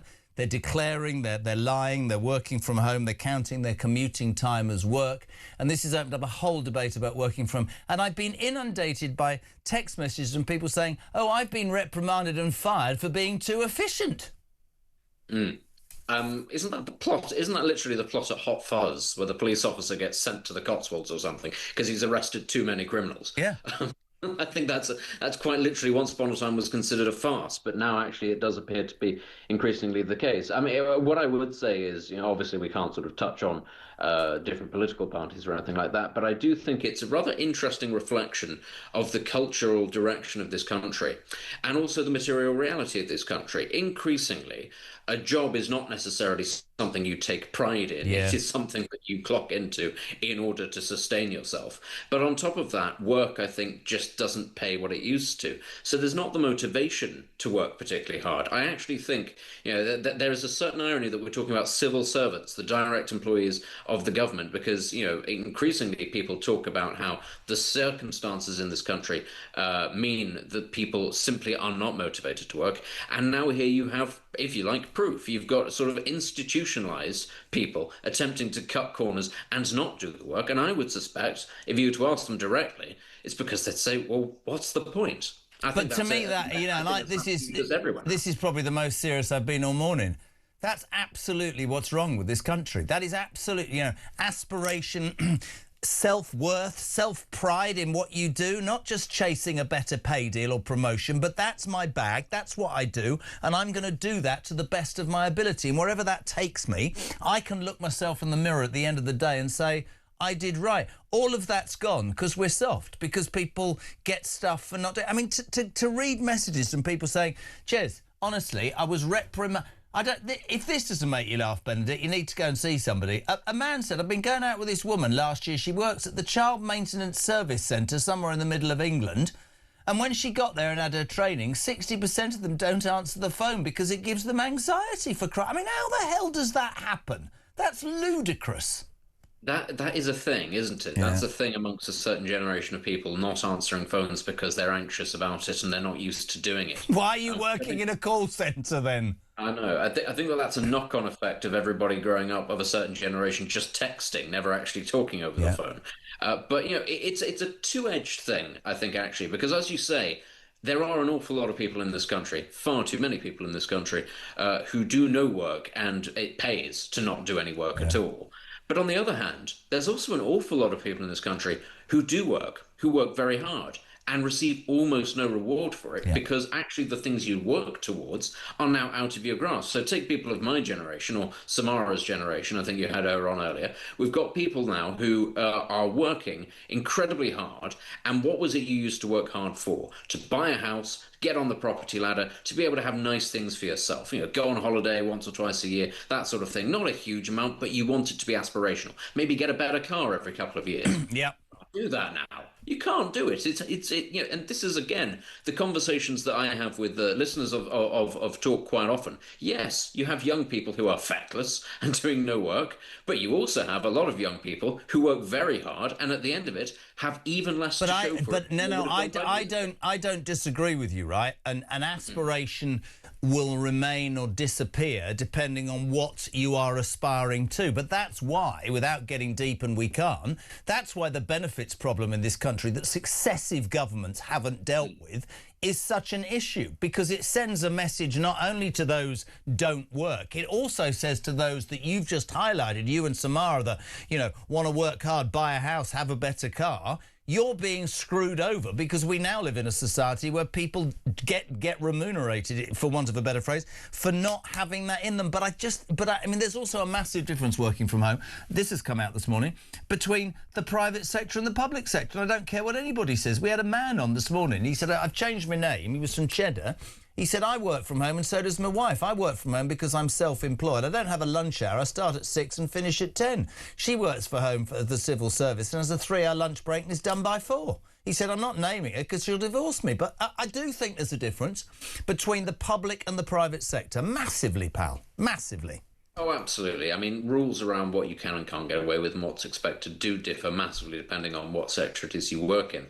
And again, I think that that's a perfect encapsulation in many ways of the direction that the country's going. On the one hand, you've got a great swathe of the population going, well, work is frankly for suckers, and why on earth would you do it? And the other half going, it's in me to want to work, to want to do better. But partly as a result of the people who don't want to do any work, whatever work I do will be capped quite hard, and it can only get me to a certain point. I mean, we've also got to bear in mind, of course, the tax levels in this country are colossal for a huge number of people. Why are they colossal? Well, in part because they're going towards paying for the people who don't want to work in the first place. So it's a vicious circle. You've got two people effectively trapped. One because they've never been told, actually, no, life is a bit tough and you have to work. And the other because they're finding that life is a lot tougher than they were told it was going to be. I couldn't agree anymore. And there's so much in that working from home thing. They tell me, it was COVID and it's full of anxiety and I told the story about my brother-in-law. He works for a high-profile accountants. They worked out in terms of productivity and cost that it made no sense, actually, in their business to have an office in London anymore, and actually they did as much from home. But I've always thought, mate, as I've said all morning, that the interaction with other people, getting up, getting out, moving forward. Maybe the answer is it takes a special person from work from home. I mean, you heard Peter Blexley there say, when he's writing, as he does, he goes to his room and he sets himself a target in his office, 2,500 words a day, and won't leave until that. I don't know, mate. Maybe it's just, but to me, I can't see how. I would imagine most people who work from home, this might be contentious, aren't thinking I'm going to be more productive. They might be thinking, I don't have to travel, I can have a longer lunch break and I'll do it without somebody standing over me. That would concern me, that's all I'm saying. I think that working from home really does suit some people, because there are some people who will say, I will be more productive. Peter Blexley is a very good example of that. That's a man who just doesn't stop working. There are other people who perhaps have other commitments as well, say children. So they might be thinking to themselves, you were talking earlier about people who've got a certain amount of work that they have to do, and they're told, well, don't do any more because you'll make us all look bad. And there will be some people thinking, well, if I can get it all done in a shorter time frame, I'm not having to commute or sit at a desk, I can do that, and then I can do the ironing, and then I can do the dishes. But there are also a lot of people who would just be sat there thinking, I am going to get value out of my Netflix subscription by working at home. So, it's a difficult one to approach, because there are clearly some people whose productivity is improved by this. But is that the majority? Where are those people? What sectors are they working in? It's a strangely personalized thing now, the workplace. And I think that it's beholden actually sometimes on employers to be able to work out where a person is better suited. I agree with that. With a team, or can they do it remotely? Couldn't agree anymore. Thank you so much indeed. From home, Benedict Spence, political commentator on the day that we didn't do any politics, which has led Lisa from Chelmsford to send me this message, which, Christian, I think you need to listen to. Please, please, please, can we have a regular non-politics show once a month? I've been getting ready for work. It's taken me much longer than usual because I've been howling. How refreshing in a very sad world. I couldn't agree more. To sum up this morning... My wife, says Pete, just asked if she can buy a mouse wiggler, and needless to say, I'm feeling quite insulted. Thank you, Jezza. Morning, Jez, says Ash, to the grumpy git, moaning about waiters asking if your food's OK. It's the 5-minute rule. You should check on your customer within 5 minutes of the order to ensure everything's good. The poor lad was doing a really, really good job. This next text sums up my morning. This is from Steve Chandler, who says, I'd like to talk about useless bosses, namely mine. My boss once rang me to ask for my phone number because he said he didn't have it and wanted to get in touch with me. Oh, God, we're still at it. Morning, Darren. Good morning, Jez. Darren from Bradford. I work from home. I have done for the last year or so. As far as productivity, because every click of my mouse is monitored, I make sure I do more work than the people inside the office, and that way they can't force me to go back in. And have a good day, mate. Every click of my mouse is monitored. That sounds quite worrying. I know I keep repeating this, but it's very important, because what happens with breakfast radio, people tune in. Well, in this case, they then tune out. But people are all the time. 2 hours ago, I read out a text that was mentioned. It was for Stig and Kate McCann, who do Times breakfast. I don't know why I'm pointing. It's somewhere over there. Tenerife, that way. And they're talking about dishwashers. I mean, if that's what you bag, get there. I'm now getting text messages about dishwashers. I don't care. I've had people say they put their toilet seat and their trainers in the dishwasher. Morning, Dave. Morning, Jazzy. This is Dave in Stoke-on-Trent, about 3 miles from Bradwell. I'd just like to say, if you buy a side of salmon from the supermarket, it comes in a sealed plastic bag. Put that in your dishwasher, cooks it to perfection. Bye.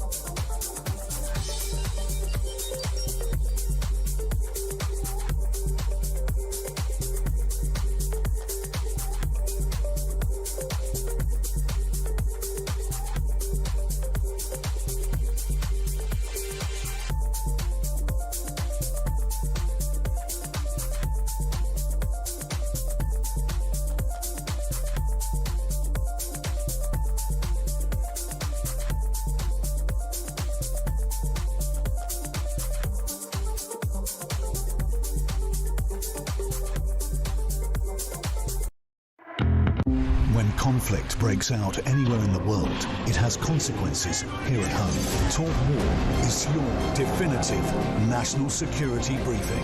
From the conflict in Ukraine to the tensions in Gaza and the latest escalation with Iran, this is where you'll find comprehensive comment and expert analysis with multiple updates throughout the day. The Talk War podcast from Talk, available on the Talk app or wherever you get your podcasts.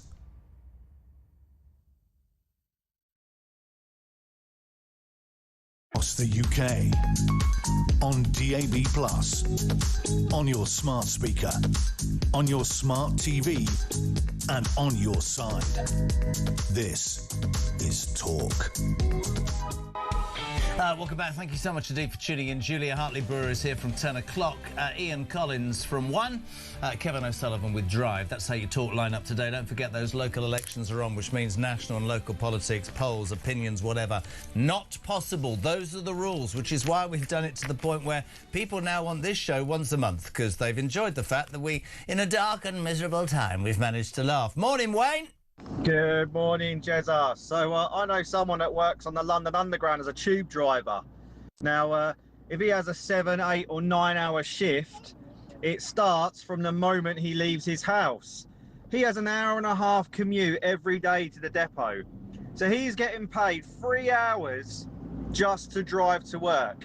Now, this is where it gets more interesting. Let's say, for example, at the end of his shift, they say, can you do an hour's extra overtime? He loves it because he gets an hour extra overtime plus his hour and a half to drive home. Mental. Jezza, also, can we have an election at least once a week?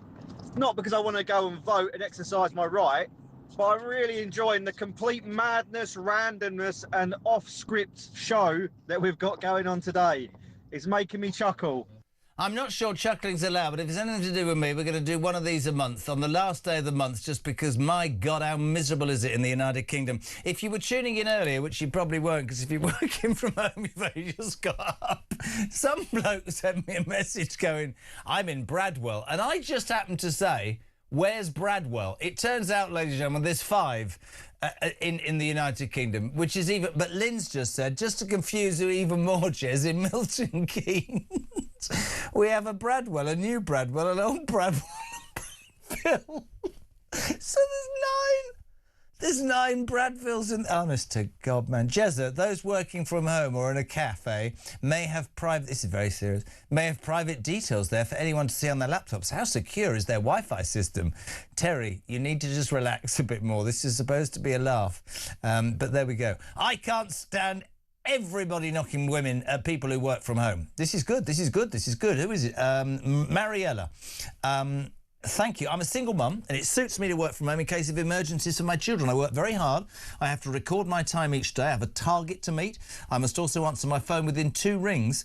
Otherwise, I'm called into account by my supervisor. Employers are not stupid. It's the lazy civil servants who take the mick. Mariella, good point. Who's this from? Oh, no. Please, Jez. An old friend... now passed away. That's not funny. Ex-RAF, ex-Met Police, very top man, ended up as the head of security for a local business. He was doing a very fine job when he was called in by the CEO after a few months and said, "Oi, you, why don't you take those sick days off, 10 of them, as everybody else done? To be honest, the fact you haven't sort of showed up the whole system as wrong. Take the sick days." Is that genuinely true? Hello to Carol in Clacton. Good to hear from you, Kaz. Working from home, what about the knock-on effect with sandwich shops, cafes and the like are not getting much trade? Also, the couple of times I've had to phone different companies who are clearly working from home, washing up while I was talking, also some taking an absolute age to answer. People should be made to go to work. Let's go to Norfolk. In Norfolk. Morning, Marion, how are you? I'm fine, how are you? There's a Bradwell in Norfolk, isn't there? I had no idea. Ah, that's where you're wrong. Geography tells me there is. Anyway, why are you ringing me? What do you want? Well, first of all, I want to thank you for the best laugh I've had in, 5 years. You are so funny. And I don't think I could make you any funnier, but I've got a couple of things I wanted to talk about. You said we could talk about anything. You can talk about anything today. If I'm going to get the tin tack at 10 o'clock, it's been the finest show I've ever done, and I've had an absolute laugh. Yes, you have, and you made me run to the bathroom, I'll tell you that. Anyway. What did you say? What did you say? What? You know what I said. I didn't. You had me laughing. I've made you run to the bathroom? Yes, because when you lost it on some of the things you were reading, I lost it as well. You were so funny. So basically, you've got incontinence, is what we're talking. No. All right, well, let's skip that. Move on a bit. All right, then. Okay. You keep showing photos of the empty green seats in the House of Commons. Yes. And I thought, oh, look at all those empty seats. I said, still nothing going on here. And I'm thinking, apparently, those have to be frequently replaced. Are you on a speakerphone? I've got my earbuds on. Can you hear me? Hello? Use the handset, love. Jeremy calling Norfolk. Use the handset. Coming through. Are you there? Yes, I am. I'm so sorry. Right, why are you ringing? Because what do you want to say, woman? Originally, it was a dishwasher. Oh, God. Yes, please. Well, tell me about the dishwasher. Stop showing seats at the Commons on a non-political day. Whoever's picked that. Dishwashers, go. Go. My husband, we had a dishwasher, right, and it broke. So my husband said, well, we'll have to wash up by hand. I said, fair enough, we're all working. We'll take it in turns. Just to tell you, I had a brand new dishwasher before the end of the week. Brilliant. Well done. Good. I hope... Just bizarre. Lovely. Let's go to Birmingham, mate. Adam, you're on Talk Breakfast. Good morning. Good morning, mate. How are you? I don't know anymore. I think I've had a laugh because I was so depressed with what's going on in the world. How are you, Adam? Whereabouts in Birmingham? Well, we're not in Birmingham. We're in Cannock, Keynes in Cannock. Do you know what Cannock was for? I'm not going there. I'll get sacked. Crack on. What do you want to say? Yeah, what it was, I work in pest control, mate. And, yeah. Do you work from home? Do you work from home? No way, mate. I'm out at 2 o'clock every day, and I don't get back till 2 o'clock in the afternoon. All right. Right, but rats and hantavirus. Yes.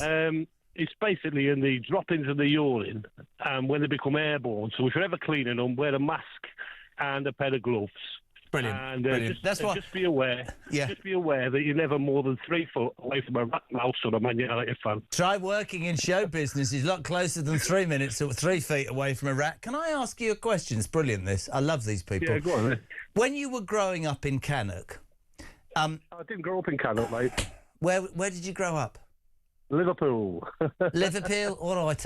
Liverpool to Birmingham? I can't have it. Listen to me. I'm married to Brummie. when you were growing up, mate, and this is genuinely true, fair play to you, how on earth does that moment happen when you go, do you know what I'd like to do? I'd like to be a pest control expert. I fancy walking around in gloves dealing with rat droppings. At what point did that become a fixation? Army, and then couldn't take any rubbish off people who didn't know what they were talking about. Pest control is a solitary kind of profession, so you tend to make your own decisions, and you don't have to answer to anybody. You know me from years, right? What you said in that sentence, and I will take anybody on.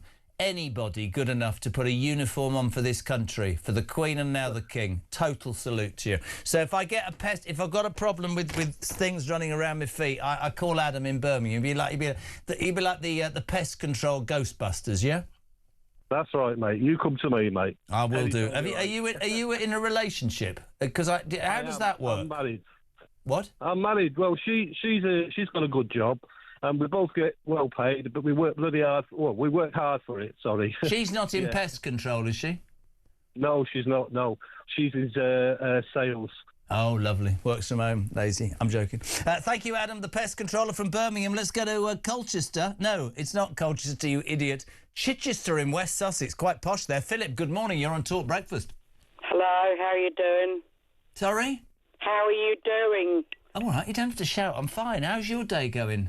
Well, the only reason I decided to phone is because obviously more people nowadays work from home than ever before. I mean, I've grown up working in horticulture, where it means it's physical. Yes. You know, you don't have a computer. It's out in the environment, you could say. Well, you're not going to take a computer to plant tomato plants. Well, you're not. No. So where's AI going to come into that apart from mechanical? Anyway. Also, I work from home, but I'm partial-sighted and got type 1 diabetes. And the only reason I'm working from home and claiming universal credit is because it's the only thing I can do. I'm not allowed to drive anymore, where most people do, of course, backwards and forwards to work. So I spend most of my time here at home. So, you know, I just wanted to put my listen, and that's what I love. Hear me out, and I've said this before. It's like when we're talking about benefits, and we can't do politics today, and people think I'm criticising. I'm not. Yeah, I am criticising that people take advantage because it takes money away from the genuine. How inspiring to hear that you could sit there and do nothing, but you do actually work and you do give back. And let me tell you, hand on heart, you're the very sort of person that I would use as a model, and I use that example every single day. I'm quite proud to have been born into a country, or I was, that helps people who need help. I'm sick and tired of being born into a country that seems to help people who don't actually give anything back. And I think there are many people who work from home and do a good job, but there's also people we've learned today, predominantly in the public sector, who probably take the mickey. But great to have you on, Philip. You have a good day. Chichester's a beautiful place, isn't it? Well, it is, but now it's being built up out around it. I'd rather remember it as it used to be. Yeah, well, I sort of think that about the United Kingdom. Good man, 17 minutes to 10. Philip in Chichester in Sussex. Bill. By the way, Jess, I'm not called Jess, actually, just so you're aware. That's gone well, hasn't it? 30 years and you can't get my name right. There's 2 Bradwells in Essex, one near Braintree and the other one near the River Blackwater. If you have been with us since 6, which you won't have been, not if you're working from home, somebody just said, it's Dave in Bradwell. Never again am I going to say, where's Bradwell then, Christian? 7 of them. Steve, took me an hour online. There's 7 Bradwells in the UK if you count New Bradwell in Milton Keynes. Honestly, can you not just go to work? Oh, no, you can't go to work. You're working from home. Stevie D, the one not for me. He's in Liverpool. Well, he's not. He's been on the road. What does it say here? Been on the road since 3:30 a.m. I haven't laughed this much in years. Do this every week. Keep up the good work. Well, Steve Downham, I'm not sure I'll be allowed to. Can you imagine? I work for myself, says Darren Bradford. I'm currently serving myself a cup of coffee in bed. Is that your tea break or coffee break? Andy, we need more info on that cooking salmon in the dishwasher. This could be a game changer. God. You know, when you sign up for this, we're going to talk to prime ministers and cabinet ministers. We're going to talk about issues that matter. What matters to you lot? A man who rang up and said that you can buy a salmon in a plastic bag and bung it in a dishwasher and cook it. Is that actually true, or is somebody winding me up? Because your glasses would be fishy, wouldn't they? Trainers don't go in the dishwasher. They go in the washing machine. The peasants out there are appalling, says James. Outrageous. Jez, hubby and I are miserable, full of flu, hacking coughs, but I've got to say you've made us cry with laughter this morning. Goodness me, well, that's nice. And finally, Keith in Shrewsbury says, when I first started my new job, we were asked to work from home on a Monday and Friday. I wasn't that happy about it, but my boss said, sorry, mate, Monday's my washing day and Friday I do the grocery shop. So if you want to rock the boat, you can get another job. 9:45 talk.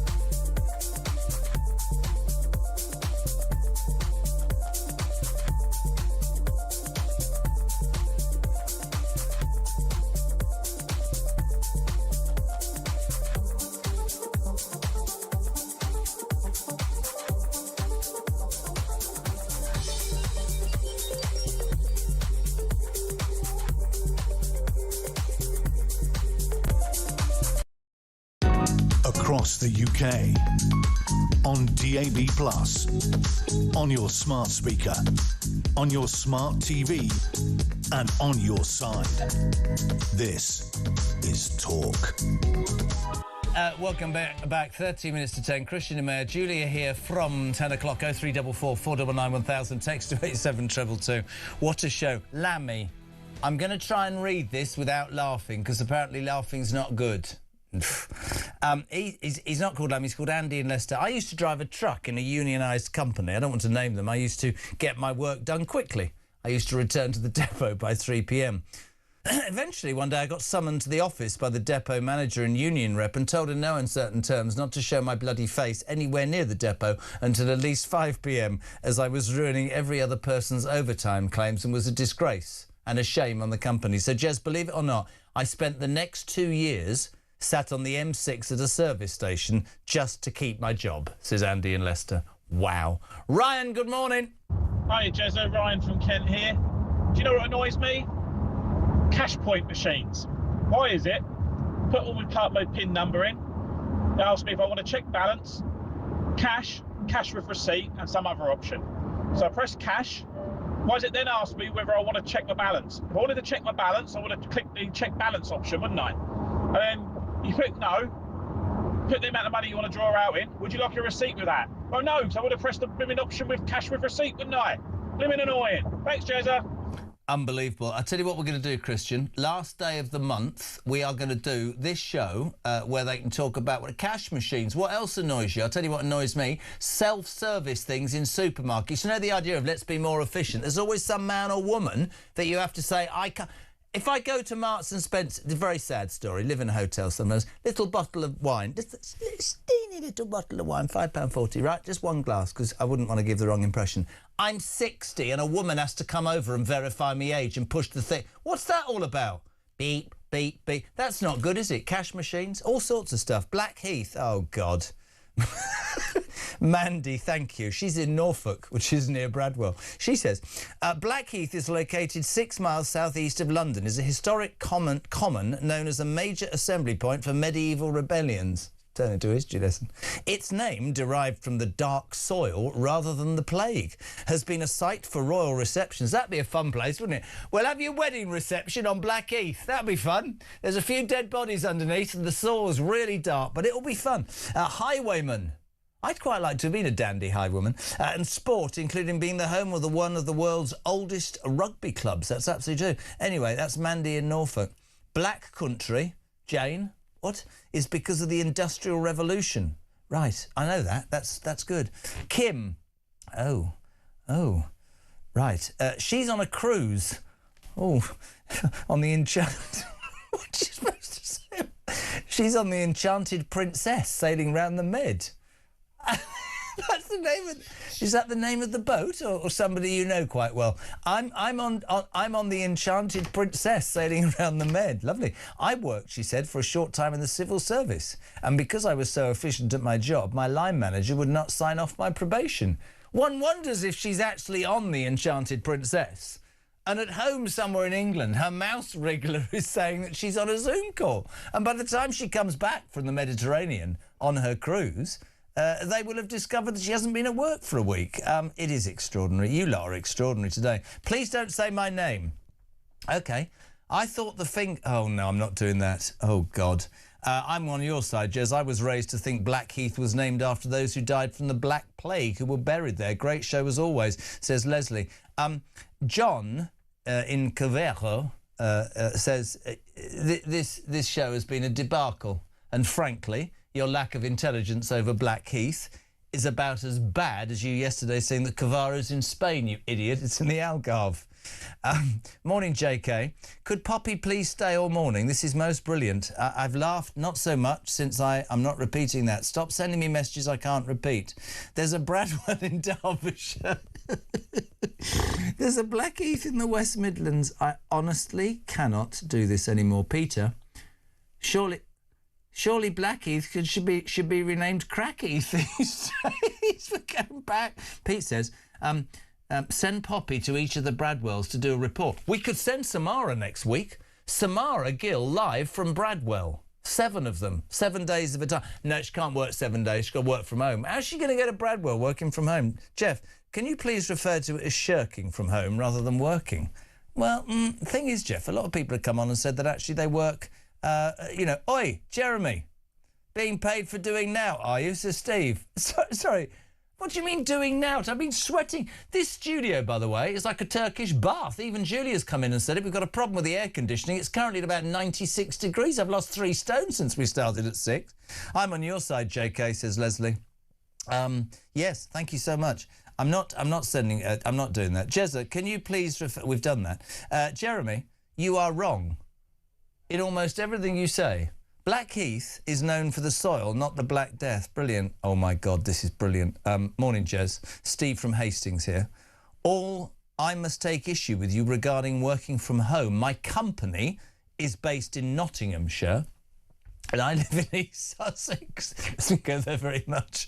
I'm out of the door over here. At 6 a.m. most mornings and on the road to who knows where in the south of the country. I do my surveys, drive back home and then produce the report and schedules of work. If I had to go to the office every day, I would have a 4.5-hour drive to get there. This week I'm in Guernsey assessing insurance claims. There are some of us that can work remotely and be productive. If I don't get my work done within 48 hours of a survey, questions will be asked. By the way, it's my 67th birthday. He says, my company is based. I thought it was his. No, listen, Stevie, you're right. And there has to be balance in any argument. This started with a a newspaper article in the Telegraph today that civil servants specifically are abusing flexi time to claim up to 50 days holiday a year. What's really interesting is this, right? What's come out is, with all the jokes, is that it seems that there is a massive, massive difference between public and private sector. And you know, you cannot in any way disrespect, and I wouldn't, the people who work from home, the salesmen and women, that woman who was a single mum so that she's around for a daughter. She said, I have targets. I have to meet those targets if I don't answer my phone.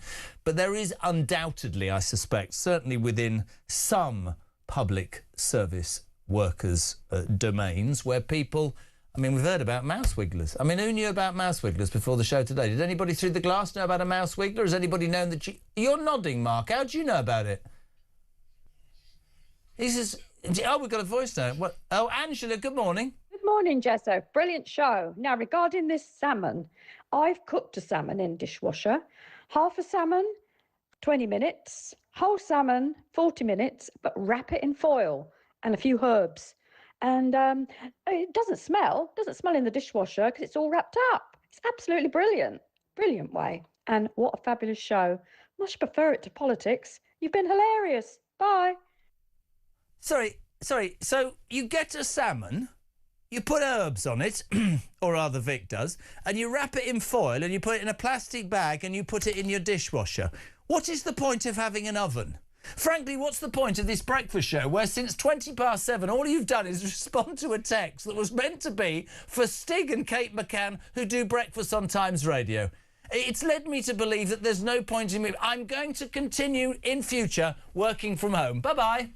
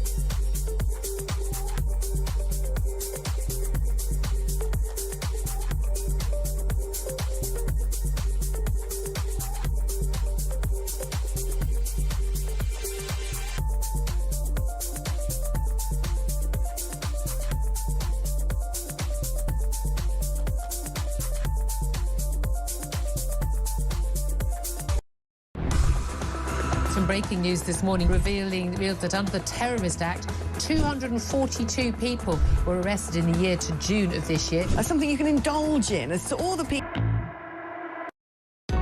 across the UK, on DAB+, on your smart speaker, on your smart TV, and on your side.